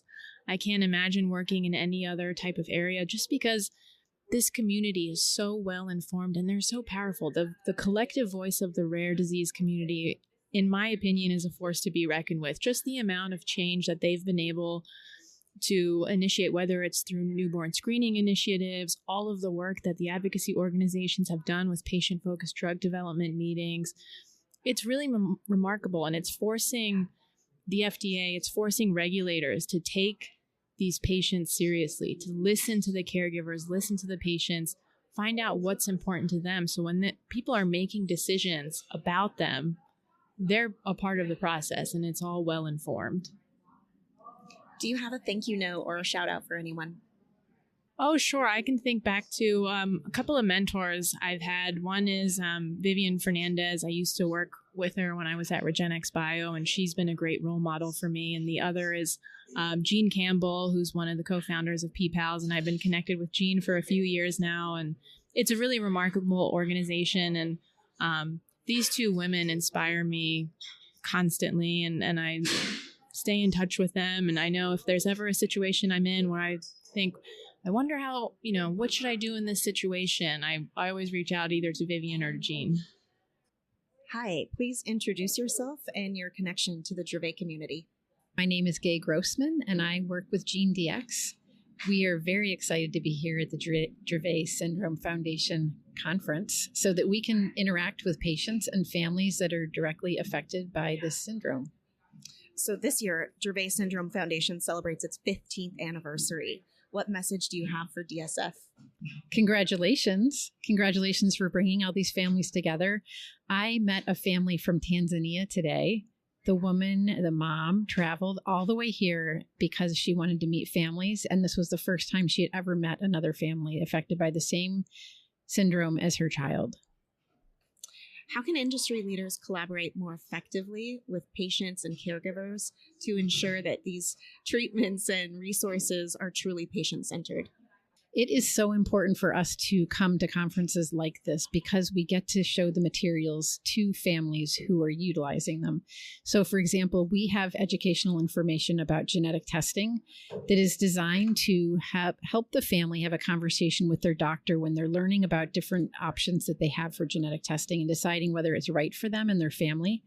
And if we are developing materials that a family is going to use, I want to be able to share it with a family directly and say, is this helpful? Is this something that would help you have a conversation with your doctor? Are there things that you suggest that we do to change it? So we really appreciate being able to have the face-to-face conversations with patients. What does it personally mean to you as an industry leader to be a part of the journey for rare disease communities? And how do you stay connected to the real-life impact of your work on patients and families? Organizations like the Dravet Syndrome Foundation is what keeps us connected to not only the disorders and the families, but also what are the things that they're needing in their community. This organization was built to support families, and we want to be able to connect with the organization to say, how can we best support your work? Do you have a thank you note or a shout out for someone? I have a thank you for you, Effie. I'm so excited that you're here collecting stories and talking to the families. And I am really excited. I'm really excited to hear what they say because I listen to things like this to hear what families are concerned about. And sometimes I can get information and learn more for myself having lunch with families like I did today, or when they come by the table that we have. But I know that I'm going to learn a lot by listening to this podcast, and I'm really excited to hear the end result. Please introduce yourself and your warrior. My name is Brianne Trechter, and my warrior is Berkeley, 4-year-old. So this year, Dravet Syndrome Foundation celebrates its 15th anniversary. What message do you have for DSF? The biggest message is just thank you. I'm amazed by the work that our foundation is doing. When I stepped inside the conference room for the first time yesterday, just immediate tears. How do you advocate? I share our story as often and as loud as I can. What have you discovered about yourself that you didn't expect? Strength that I didn't know was there to do what needs to be done. What do you wish you knew sooner? I'm not sure that everything is going to be okay. What message do you have for a family whose child is newly diagnosed? Get in touch with the Dravet Syndrome Foundation as soon as you can. Research yourself and advocate.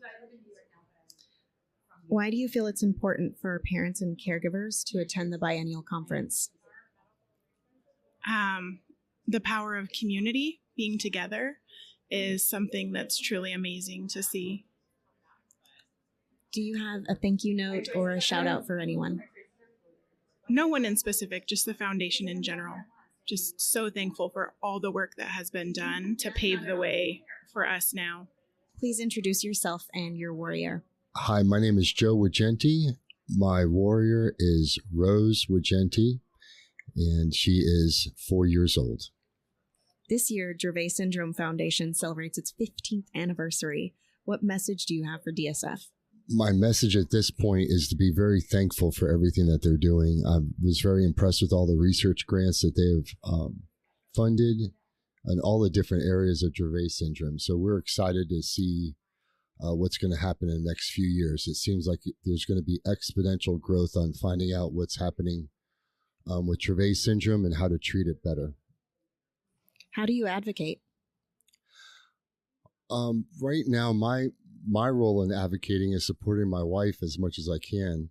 I'm very impressed with how she manages everything and stays on top of caring for our daughter.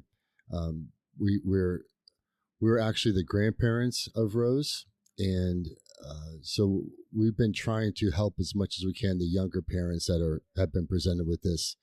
We couldn't imagine being hit with this disease as younger parents in their 20s. So we try to be there for everybody and to help them navigate insurance, support, doctors, you name it. And I think she's done a great job with helping other mothers out there. Why do you feel it's important for families and caregivers to attend the Biennial conference? This was important for us because we sort of been isolated through COVID. We have a COVID baby, so we never took her out to anywhere or to meet anybody. So this conference has enabled us to meet other families that are going through the same thing and be part of the community and the support group. What have you discovered about yourself that you didn't expect? That I was still capable of being a new father after having my first one 32 years ago. So it's been quite a ride for us. And what do you wish you would have known sooner? Almost everything. I really feel maybe this could be something that the DSF talks about is a new parent or parents that have just been given the diagnosis of going through an orientation to educate us a little bit better instead of the piecemeal by whether it's your provider. Everybody's busy, but even if we can do maybe an online orientation on how to manage the care, what to look for, a little bit of basic nurse training on how to do certain things. I feel that's necessary, and that's something that we should discuss moving forward. What message do you have for that family who's newly diagnosed? Find mentors as fast as possible. Go to the DSF and to really ask for help. And I think there'll be people there to guide them in the right direction. That's something that I can't speak highly enough, is to get that support group around you. Do you have a thank you note or a shout out? Due to our location and moving around a lot, we've had to leave Dr. Wheelis out of Memphis and as our main provider. And I want to personally thank him for everything. Please introduce yourself and your warrior. I am Brandy Murray, and our daughter is almost 3, and her name is Kennedy. This year, Dravet Syndrome Foundation is celebrating its 15th anniversary. What message do you have for DSF? Oh, goodness. Thank you for the hope and the persistence to continue for the next day. How do you advocate? By telling everybody. We share her story on different forms of social media. We try to wear DSF-related merchandise, and if anybody asks about her from finding out on social media, we will talk about it all day long. Why do you feel it's important for parents and caregivers to attend the Biennial conference? Camaraderie, community, being with people that understand your day-to-day, not just ones that see what you post on social media. What do you wish you would have known sooner? Everything. I wish I would have known all the ins and outs of epilepsy. I wish doctors would have explained it better and I wish we would have found the community sooner. What have you discovered about yourself that you didn't expect? The strength. You fight every single day, even if you have nothing to fight with. What message do you have for a family with a newly diagnosed child? Keep going. Find your people. Find the ones that accept you and will help and fight alongside of you. Do you have a thank you note or a shout out for anyone? My husband for doing everything he possibly can for all of us, and the sacrifices that we all make for our daughter, for our Dravet daughter, and the friends that have stayed along the way, the ones that didn't get scared and fearful and continue to treat us like family. Please introduce yourself and your warrior. I'm Bill Kirshner and Zoe's grandfather. This year, Dravet Syndrome Foundation celebrates its 15th year anniversary. What message do you have for DSF? I have a message of thank you and yes, we can. I see people feeling the love. I see us advancing treatments and manifesting the hope. How do you advocate? I try not to be the guy who says, oh, and by the way, have you heard of Dravet syndrome? But I am kind of that guy.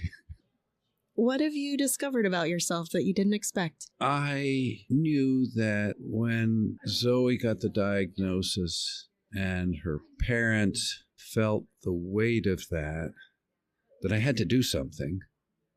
And I didn't know what it would be, but getting involved in my capacity with DSF has been what I'm going to do. What do you wish you would have known sooner? You're not going to get to know. There's, I just am rereading Odysseus, and the Odyssey, fate plays a big role. It really does. And so trying to accept what comes our way. That doesn't mean you're not going to do anything about it, but try to accept that and get to that as soon as possible. Why do you feel it's important for families and caregivers to attend the Biennial conference? You get to feel the love. You get to talk to people who really get it. And you're going to learn some of the technical stuff. You're going to learn what's available. It's obviously important to people because that's a big effort to bring your family and your loved one and people to help with care. It's a tremendous effort, but it must be worth it to people because they're showing up. What message do you have for a family whose child is newly diagnosed? We love you. It's hard, and there are ways to make it better. Do you have a thank you note or a shout out for anyone? Hey, shouting out to Team Zoe. We're here. We're together. Please introduce yourself and your warrior. My name is Avital Shapira Gonen, and my son's name is Eitan. He's 6 years old, diagnosed with Dravet at about 7 or 8 months old. This year, Dravet Syndrome Foundation celebrates its 15th anniversary. What message do you have for DSF? Thank you for everything you've done. Honestly, we owe his life to you, basically. If it wasn't for everything that they're doing and pushing forward, we would have no hope and we would have no options. How do you advocate? Advocate for DSF? Well, I try to share things on social media. I talk openly about his diagnosis and what it means for us in the day to day. I have really strong friends in the Dravet community, probably some of my best friends, because it's hard to find people who understand and know exactly what you're going through and are in it just the way that you are. Why do you feel it's important for parents and caregivers to attend the Biennial conference?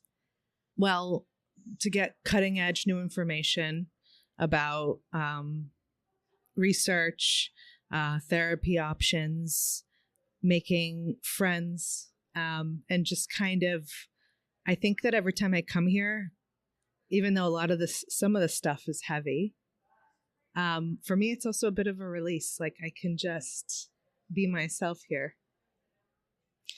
What have you discovered about yourself that you didn't expect? I guess that I'm stronger than I am, and that I guess that I'm a tough mama bear. I don't know. What do you wish that you knew sooner? Well, it's hard to say. I think that I'm more realistic now, and maybe I was a little bit more in the beginning when we first, started our journey. I was all about I'm going to cure him. I'm going to find the thing that, is going to change him, and I'm going to change the prognosis and everything. And I think now I'm a little bit more realistic about and more accepting that this is our new normal. What message do you have for a family with a newly diagnosed child? To really savor the good days. I guess just never give up hope. Always try new things. There's always a new medicine to try. There's always a new thing to do, and go get more opinions. If you feel like you're getting roadblocks from your doctor, then go get another doctor. Always have an open mind. Do you have a thank you note or a shout out for anyone? I mean, really everybody. It's not just one person. It's, I guess, thank you to Dr. Davinsky. He's been amazing and just really helped us get to where we are right now. And thank you to all the researchers and to DSF and to my husband, I guess. Please introduce yourself and your warrior. Well, my name is Nathan Batt. I live in Atlanta, Georgia, and I actually have two sons with Dravet syndrome. Cooper, who is just about to turn 7, and Colton, who is 5.5. This year, Dravet Syndrome Foundation is celebrating its 15th anniversary. What message do you have for DSF? Thank you for coming into existence 15 years ago. Our family would not be where they are today on the great care pathway without being plugged into this community. And really, it was Dravet Syndrome Foundation and the work that they did with their website and connecting physicians that really allowed us to get the proper diagnosis and care. Why do you feel it's important for parents and caregivers to attend the Biennial conference? It's besides just the knowledge that you gain from the sessions, it's also really amazing to meet other families that are dealing with Dravet and kind of how they're navigating things. And it's just a good community support group that you're probably not, you just don't get the same connectivity on, Facebook or in places like that you do in person. What do you wish you would have known sooner? I think I wish I would have connected sooner with the families that are in the same place you are. I think for the first couple of years, I don't want to say I lived in denial, but I didn't want to kind of become part of this world because I thought maybe it would stigmatize me, or maybe we were the exception to the rule, or whatever you want to call it. It's just getting plugged into the community is something I wish I would have done much earlier. Do you have a thank you note or a shout out for anyone? I mean, obviously, I want to start with the founders of the Dravet Syndrome Foundation. What they've done has just been absolutely incredible. Their work, the tenacity to get us to where we are today. I mean, this organization is I would say the gold standard amongst rare diseases as far as not only the impact in the community, but how much research we're able to do, the traction that we have with the scientific and medical community. So just really a big shout out to everyone who has been involved in getting us to this point. Please introduce yourself and your warrior. My name is Tatiana Lopez, and I am the mother of a 4-year-old Dravet warrior, Eliana Lopez. This year, Dravet Syndrome Foundation celebrates its 15th anniversary. What message do you have for DSF? Thank you. There's no words that I can actually think of other than thank you, because I remember the day that I got my diagnosis for my daughter, and the doctor gave me a Google printout and said, this is what we found online. When we Google Dravet syndrome, maybe they can help you. And the Dravet syndrome website was one of the first things on there and the only thing that I found. So without them, I wouldn't have made it probably through the first year without having a peace of mind for sure. How do you advocate? doing everything I can. The first thing that I did do was create social medias for my daughter. I felt that it was extremely important to share her story because the loneliness that I felt when I got her diagnosis was a feeling that you just can't put into words, especially when your medical team can't even support you in that moment. So I share her stories and I share them as honestly as I can. A lot of the posts are negative. Or, they're talking about a struggle or a medical procedure she had to go through, but it's real. It's her life. It's what we deal with on a day to day. And, battling Dravet syndrome is ugly. There's nothing pretty about it. So it was really important for me that I do not sugarcoat it and give others who may be finding her, social media for the first time, false expectations on how difficult the journey can be. We do know that it's a spectrum, but all I can do is tell her journey, and her journey hasn't been very pretty. So, I hope that when people find it, that they feel supported. After, doing social media, I started to get more involved with Dravet syndrome, the foundation itself, becoming a volunteer, becoming an ambassador, getting involved in the online groups, attending the Day of Dravet, the conferences, and, trying to be the support that I needed when I first got my daughter's diagnosis that I couldn't find. So, we just feed off of each other and hope that we are loud enough to deserve a cure. Why do you feel it's important for parents and caregivers to attend the Biennial conference? The more you know, the more you share. I feel for me, advocating for Eliana is really important because a lot of our children do not look like what they've been through. I think, it can be a blessing and a curse. I all the time will have individuals tell me she doesn't look sick. She looks so normal, and they question the validity of her symptoms and they question how careful I am in different situations that may trigger her seizures.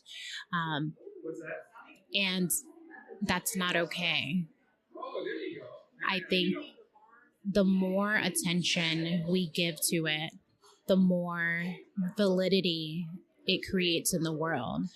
I think the more we talk about it, the more parents will ask questions when their child has a seizures, and we won't have so many families stating that they went years without a diagnosis.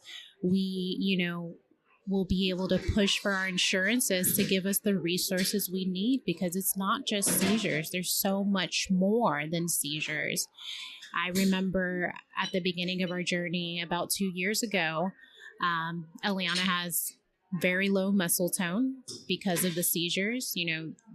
Having one seizure, it can be the equivalent of running a 5K in a very short time, and it just wears on your muscles. She needed a back brace, and I was told by insurance that was a cosmetic need, and they wouldn't cover it because it was only cosmetic. It's cosmetic to have a back brace so that you can sit up by yourself. And those are situations that we shouldn't have to fight for. But the reason why we fought for it was because on her medical paperwork, she has epilepsy. And epilepsy has nothing to do with not being able to sit up. So anything we asked for was considered cosmetic. So we have to learn how to communicate Dravet, the wording, the reasoning behind the comorbidities that we're exposed to when we're in these conferences, when we're speaking with the researchers and the medical providers. We have to fill ourselves with as much information that we possibly can so that we can go into our therapy meetings, our doctor's appointments, our ER visits, and and help them figure out how to treat our kid, because most of the world doesn't know what Dravet is. So we have to be our own advocate and our own specialist for our own child. What have you discovered about yourself that you didn't expect? The ability to morph into the provider that my child needed.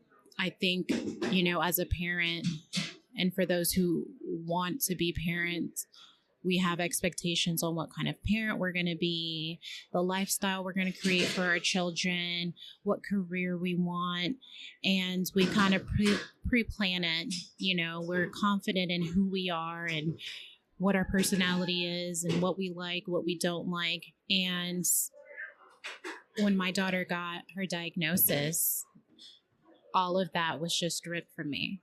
I lost my career that I had went to college for, that I, had worked in the industry for over 10 years to fight for the place that I wanted to be in, because of all of her needs and the constant hospitalization. I was thrown into this medical role of playing nurse when I was absolutely terrified of blood and bodily fluids and all of those things. I mean, I'm, an adult and I still cry when I have to give blood. But I didn't have a choice because I was forced to be the caregiver. You don't get a diagnosis and they're like, hey, here's the nurse that comes along with her. You are the nurse. I had to reconsider everything, create a new life plan, create a new vision for both me and her siblings so that we could figure out how to live life with this condition, because it had completely just took us for a whirlwind. In the process of changing career paths to find a career that would support and give me flexibility to continue to take care of her medical needs. A job that, has the flexibility of what she needs and being able to work around her schedule and her nursing needs. I had to learn to be stronger than I ever could be.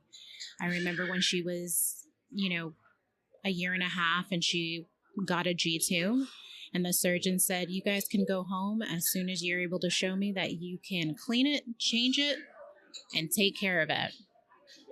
We were there a week longer. The first day I threw up. The second day I passed out, and I couldn't look at it. I couldn't touch it. And the surgeon sat me down and he said, listen, you have to do this. Stop thinking about yourself. Stop worrying about what could happen, what can't happen. This is your job. And I had to figure it out. So it's amazing to think that when you change your perspective of what you're scared of, what you don't like, what you do like, you can truly recreate and reinvent yourself into the person that you need to be in that moment. It's just, the equivalent of a chapter book. The first 3 chapters, you were this, wonderful character that you always imagine, and you flip a page and now you got a completely new role. So being able to transform in that way, even if you're not faced with a medical decision, I think is a strength that many of us don't believe we have the ability to do. We don't think that we can reinvent ourselves no matter what age, no matter where we are in life. We can start over, and that's what we're doing. What message do you have for a family with a newly diagnosed child? It's okay to feel. Feel your emotions. You are going to cry. You are going to be angry some days. You're going to be frustrated. You're going to be overwhelmed. You don't have to fake the optimism. Some days it's just going to suck, and that is okay to feel it. But you have to feel all of the emotions so that you're able to truly embrace the small things.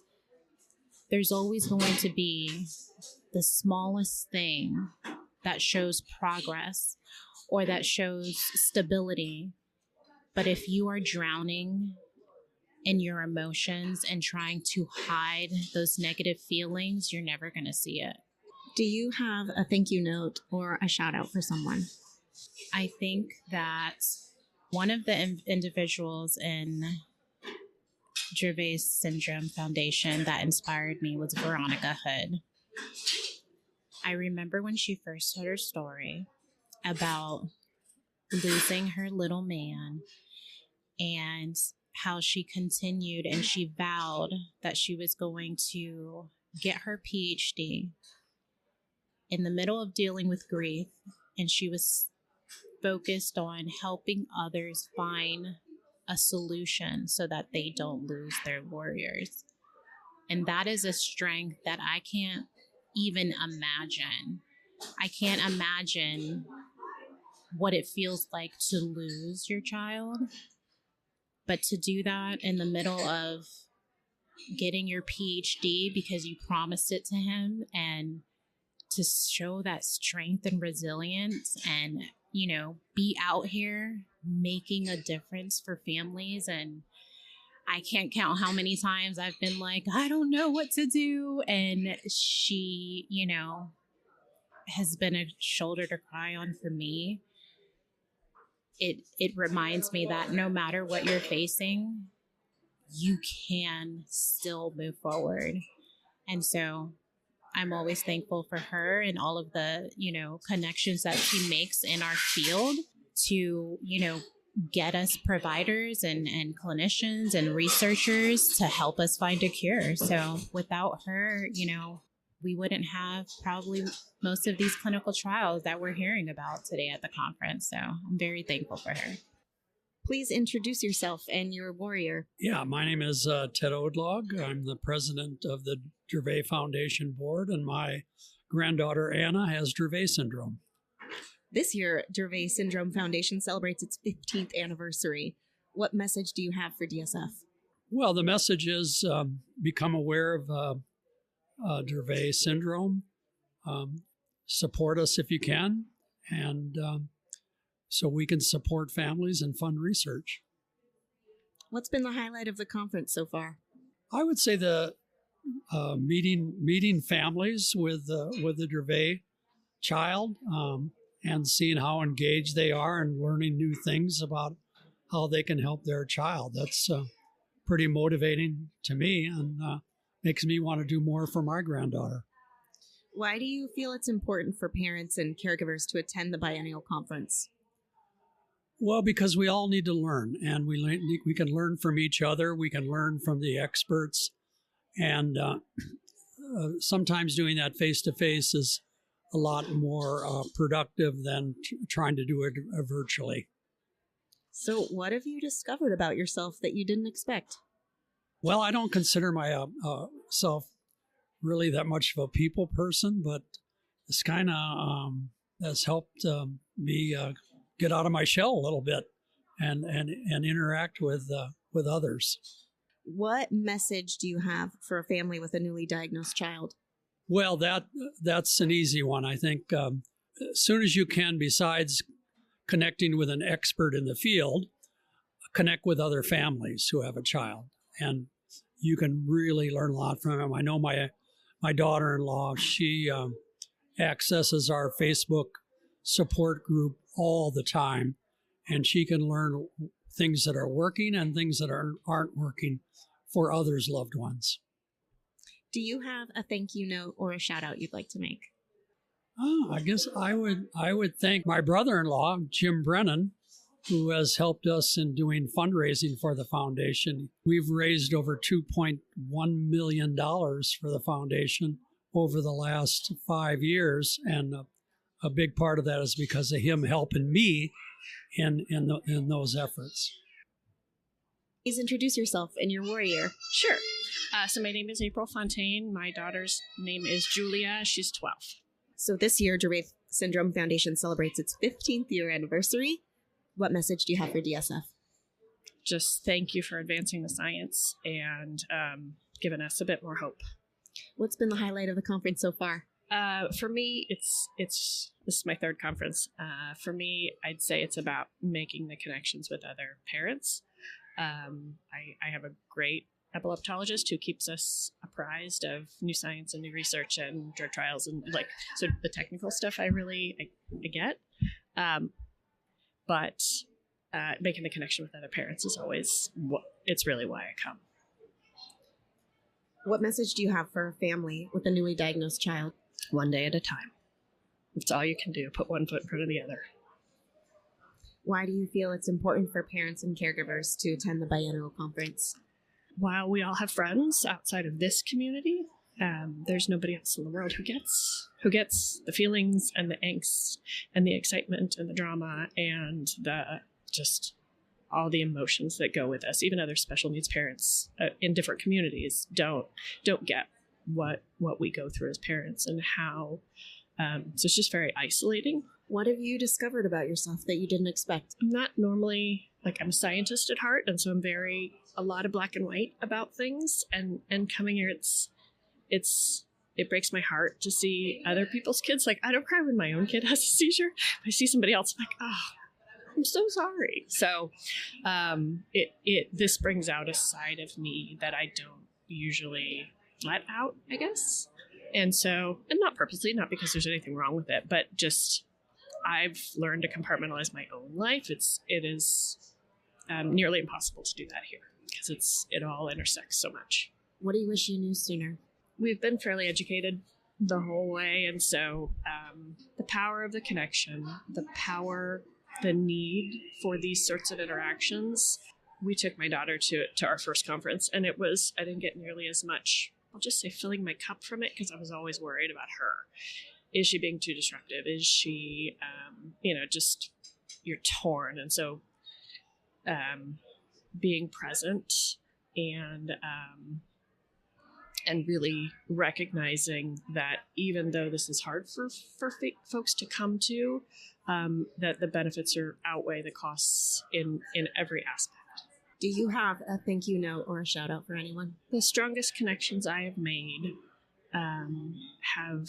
there's a group of us kind of with very similar kids that really I get so much from my friendships with them, and I know that I could reach out to them at any time. And so it's Amy, it's Morgan, it's Megan, it's there's a whole host of folks that just they're people you feel that instant connection with, and so that's just it's really. They're the folks who use sarcasm to cope. They're the folks who, say inappropriate things about their kids. They are my people. Please introduce yourself and your warrior. Hi, my name is Brooke Swenson, and our Dravet warrior is Benson Sanford. This year, Dravet Syndrome Foundation celebrates its 15th anniversary. What message do you have for DSF? They've come a long ways from what we've learned about the gene, and they have done an amazing work networking. They've done amazing with care and knowledge and guiding us as parents and caregivers of just the resources they have developed. Why do you feel it's important for parents and caregivers to attend the biennial conference? Just to meet other people and to see the community, that we're not alone, and that there's different spectrums and different levels of Dravet we've learned, and not every Dravet case is the same, even though it is the same. So to come here and just to know, like I said, we're just not alone. What have you discovered about yourself that you didn't expect? Before we had our son, I worked for the post office as a rural carrier, and I never would really take a vacation, never would do anything. And I ended up quitting my job within a week because no daycare would take our son because he was diagnosed as epileptic at 4 months old. So then I've learned like how to stay home, how to care for him, and like life is too short just to not be there for each other. What do you wish that you knew sooner? That there's different types of epileptic. I never knew that. I knew epilepsy was a thing, but I never knew like there was different genes that associated with it until our son got diagnosed. What message do you have for a family with a newly diagnosed child? Don't be afraid to ask others, reach out. There's a Facebook page that a lot of people are part of. Don't be afraid to be the voice for your child. You know them the best. Do you have a thank you note or a shout out for anyone? We are very thankful, like the conference was here in Minnesota, as we just live like an hour away. Unfortunately, we weren't able to make it yesterday to see Dr. Whirl, who guides us and our son. But we're very thankful for the doctors and the nurses and everyone that has cared for our family. And then we're very thankful to be here today and be part of the conference. Please introduce yourself and your warrior. Okay, so my name is Brittany Burns, and I am the mother of a 2-year-old Dravet warrior. Her name is Joanna. She actually has 1A, 2A, and 3 deletions, all in that chromosome 2. As far as I know, she's one of the oldest living patients in the United States right now with that many deletions. And she's just our little miracle baby. Her neurologist didn't expect her to live past 1 year old. She's just amazing and continues to blow us out of the water every day. This year, Dravet Syndrome Foundation celebrates its 15th anniversary. What message do you have for DSF? Thank you for being there, and thank you for providing hope in the beginning and through over the last couple of years when, I didn't have any hope myself. Why do you feel it's important for parents and caregivers to attend the Biennial conference? While I'm going to be honest, the information that is presented is absolutely amazing, but the fellowship and meeting the other families and just knowing that you're not alone in this, and then seeing the older kids and just the accomplishments that some of these warriors have made, it really just provides, again, the word hope, but just provides the hope, that I think it restores my soul when I go back home to a place where I don't have those connections or people who understand what I'm going through. What have you discovered about yourself that you didn't expect? I discovered that I can handle pretty much anything. I've learned that I am so much stronger than I ever thought I could be. And that, when the times get tough, you just step up and you just handle business. And what do you wish you knew sooner? I wish that I knew earlier on, I guess, how precious her life was, and that maybe I could have appreciated the milestones earlier on than, every time we'd go to a neurology appointment, they'd be like, she's looking so good, and I have 2 neurotypical children. So I was like, I leave and I'm feeling defeated and just like, are we looking at the same kid? Like, and that probably makes me sound like a horrible mother, but it wasn't until he said, I didn't think she'd make it to a year, and that I was like, oh my gosh, I wasted the last year of her life not appreciating, everything that she's done and the just amazingness that is Joanna. What message do you have for a family with a newly diagnosed child? Get out there, talk to as many people as you can, appreciate the little things, because every milestone, or I like to call them re-milestones, is just absolutely amazing. And just hug your babies, all the babies, especially the ones, that aren't promised even 5 minutes from now. Do you have a thank you note or a shout out for anyone? I would say really just everybody in this group has just absolutely been amazing and welcoming, just to share their journeys and in their hardships with this beautiful journey we're on. Please introduce yourself and your warrior. Hi, my name is Melanie Kanzerski, and my warrior is Rosie, and she is 3.5. This year, the Dravet Syndrome Foundation celebrates its 15th anniversary. What message do you have for DSF? Thank you. When we were first diagnosed, it's scary. And I'm so lucky that our neurologist knew to direct us to the Dravet Syndrome Foundation. And from there, I was able to access all of the amazing doctors that are doing all of the research. And I've learned that there are actual comprehensive Dravet treatment centers, 16 of them across the US. And we were lucky enough to get her in with one of those. And that was a huge game changer. So they have made an amazing path for newly diagnosed families. And I am forever indebted to them. Why do you feel it's important for parents and caregivers to attend the biennial conference?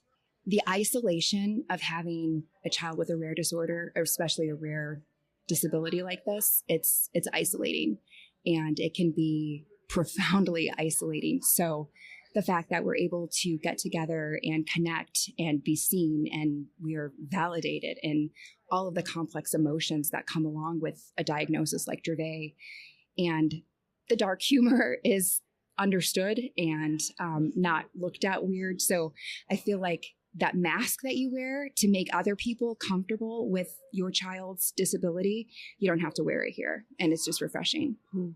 How do you advocate? I advocate hard.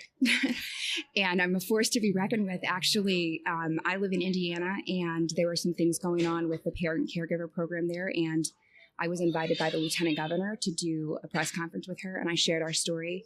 And I advocate hard for my child in medical settings and anyone that I can, not just for her, but I want to make a better path for the next family. It doesn't have to fight as hard as I do. What have you discovered about yourself that you didn't expect? Wow. A lot of things. I realized that I'm stronger than I thought I was and that I'm not afraid. And I'm not afraid anymore, and I will ask the questions. And I also, this is my favorite Eleanor Roosevelt quote, and I live by this now, is I don't let anybody that doesn't have the power to say yes tell me no. And that's something that I had to dig deep inside, and just, I live by that now. So I don't let anybody who doesn't have the power to say yes tell me no. What do you wish you would have known sooner? SUDEP. I don't think SUDEP should be gatekept. It's hard to talk about, but it's harder when I hear about families who lost their child and then found out about SUDEP, and that's not fair. So as hard as the conversations are to talk about that, they're conversations that need to be had. What message do you have for a family with a newly diagnosed child? It's going to be difficult, and it's going to be hard. And this is not something I would wish on to anyone. Like, I hate the club, but I love the members, and there's a huge family here to support you. And I remember when we were first diagnosed, I just put in the search bar on Instagram, Dravet syndrome, and I met some really incredible moms that encouraged me and directed me. And one of them, she's my best friend now, and we have never met in person, but I hope that'll change soon. Do you have a thank you note or a shout out for anyone? Marianne, her determination to set all of this up, to just get the ball rolling. She's our hero, and I'm just so grateful that she was able to start the foundation and really start to put together the foundation to be where we are now. So that's my biggest shout out, is that Marianne was able to do all of this. It's really incredible. Please introduce yourself and your warrior. My name is Melissa O'Brien. My warrior is Owen. He is 11, just turned 11 on the 20th, so super excited. He's wonderful. This year, Dravet Syndrome Foundation celebrates its 15th anniversary. What message do you have for DSF? Thank you. Without them, I'm a parent ambassador, but without DSF, we wouldn't be where we are. The research that they're doing, connecting the families, the support is, until you have a child with this specific disability or a specific disability, you just don't understand how difficult it can be to connect with people. And that's been the biggest part of this, is the connections we've made. Why do you feel it's important for parents and caregivers to attend the biennial conference? Even if you can't make it into the panels, which are so impactful, just again, the parent connections, finding, this is the first year my son's been able to attend, and his little brother, and the difference for them. My son is seeing kids that are just like him, and his sibling is seeing kids that are just like him. And it's amazing. So understanding that there are people that get it, you know, and when you have a severe disability, sometimes the medical aspect of it people just can't understand it. I mean, there was a time in our life where there was an ambulance at our house every week. That was the norm for our kids. And to be here where kids just get it and understand it's so important. And the family support. We had several seizures yesterday, and just the rally around the family so that they could just breathe and not feel that shame or that embarrassment that sometimes accompanies us when we're out and those things happen. It's just important. What have you discovered about yourself that you didn't expect? I'm stronger than I thought. We have 2 older boys and 2 younger boys. And our older boys, I was in my mid-20s when I had my first set of children. We call them sets. And I'm in my 40s now with Owen, our warrior. And the strength and the advocacy that I didn't know was a part of who I was, that I found and been able to rally for him in all aspects, has been so empowering for me. It's led me to run for school board. It's led me to just develop that in other ways, to be able to speak for people when they aren't able to speak for themselves until they find that strength in themselves. And I didn't know that was something that I would enjoy so much and something that was so special to me. What do you wish you knew sooner? Oh, that it's okay not to be okay. That's such a cliche thing to say, but we spend so much time just trying to just kind of get through. And I wish I would have understood that we can grieve for the moments that we're losing too and still move on. And it's okay. There's going to be different stages. We still experience them. Our son is 11. And the last conference we attended, my husband and I both, it hit us that he may never get married. That was something we'd never considered because he was little, but just the thought of we might not have that experience with him. We might not have it with any of our kids, but it didn't hit us that way. Just that it's okay to grieve and then just try to keep going. What message do you have for a family with a newly diagnosed child? Reach out. Please reach out. If you aren't comfortable on social media, if you're not on Facebook and you're not connected with the parent group, reach out to Dravet Syndrome Foundation. Get connected. I know my region that I'm from, I'm in the West region as a parent ambassador, but I'm from the state of Alaska, and there's only 4 families that are connected. And so I just remember feeling so isolated and alone. And when I found that connection, even if it's through social media, even if it's through a text of somebody that I connected with, it was so impactful and so empowering, because you will experience struggles all along the way, and somebody out there has experienced the same struggle, and it's so helpful to find somebody who gets it, just somebody who understands. So please know you're not alone and reach out for support. Do you have a thank you note or a shout out for anyone? Oh gosh, I think all the moms, there's this connection that we all have, and now it's so wonderful because there are dads joining the group, which wasn't typical when we first started, but just this family atmosphere. So I think just everybody that keeps showing up, that makes this a priority, that shows up for not just their kids, but our kids. We have families that have lost their warrior that still continue to show up. And I appreciate so much everything this community has given. Please introduce yourself and your warrior. Hi, my name is Gloria Rodriguez, and my warrior, she is Grace Rodriguez. She's 11 years old. This year, Dravet Syndrome Foundation celebrates its 15th anniversary. What message do you have for DSF? Thank you.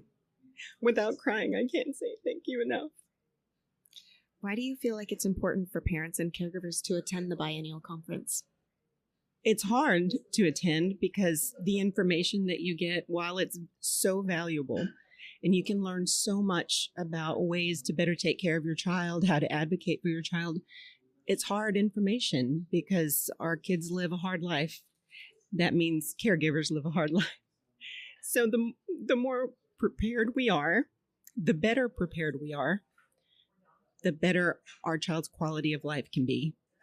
And that's the most important thing is, maybe we have to live with seizures. Maybe we have to live with all the comorbidities that come along with Dravet syndrome. But as caregivers, we can learn as much as we can to give our child a better quality of life. And then it's not a struggle. What have you discovered about yourself that you didn't expect? That I can do things that I never thought I could, that I never imagined that I would ever do, that I would cuss people out, that in the past I would have just said, okay, and walked away. But I've made some threats, and they were all meant, every single one of them, And I think they knew it. So, What do you wish you knew sooner?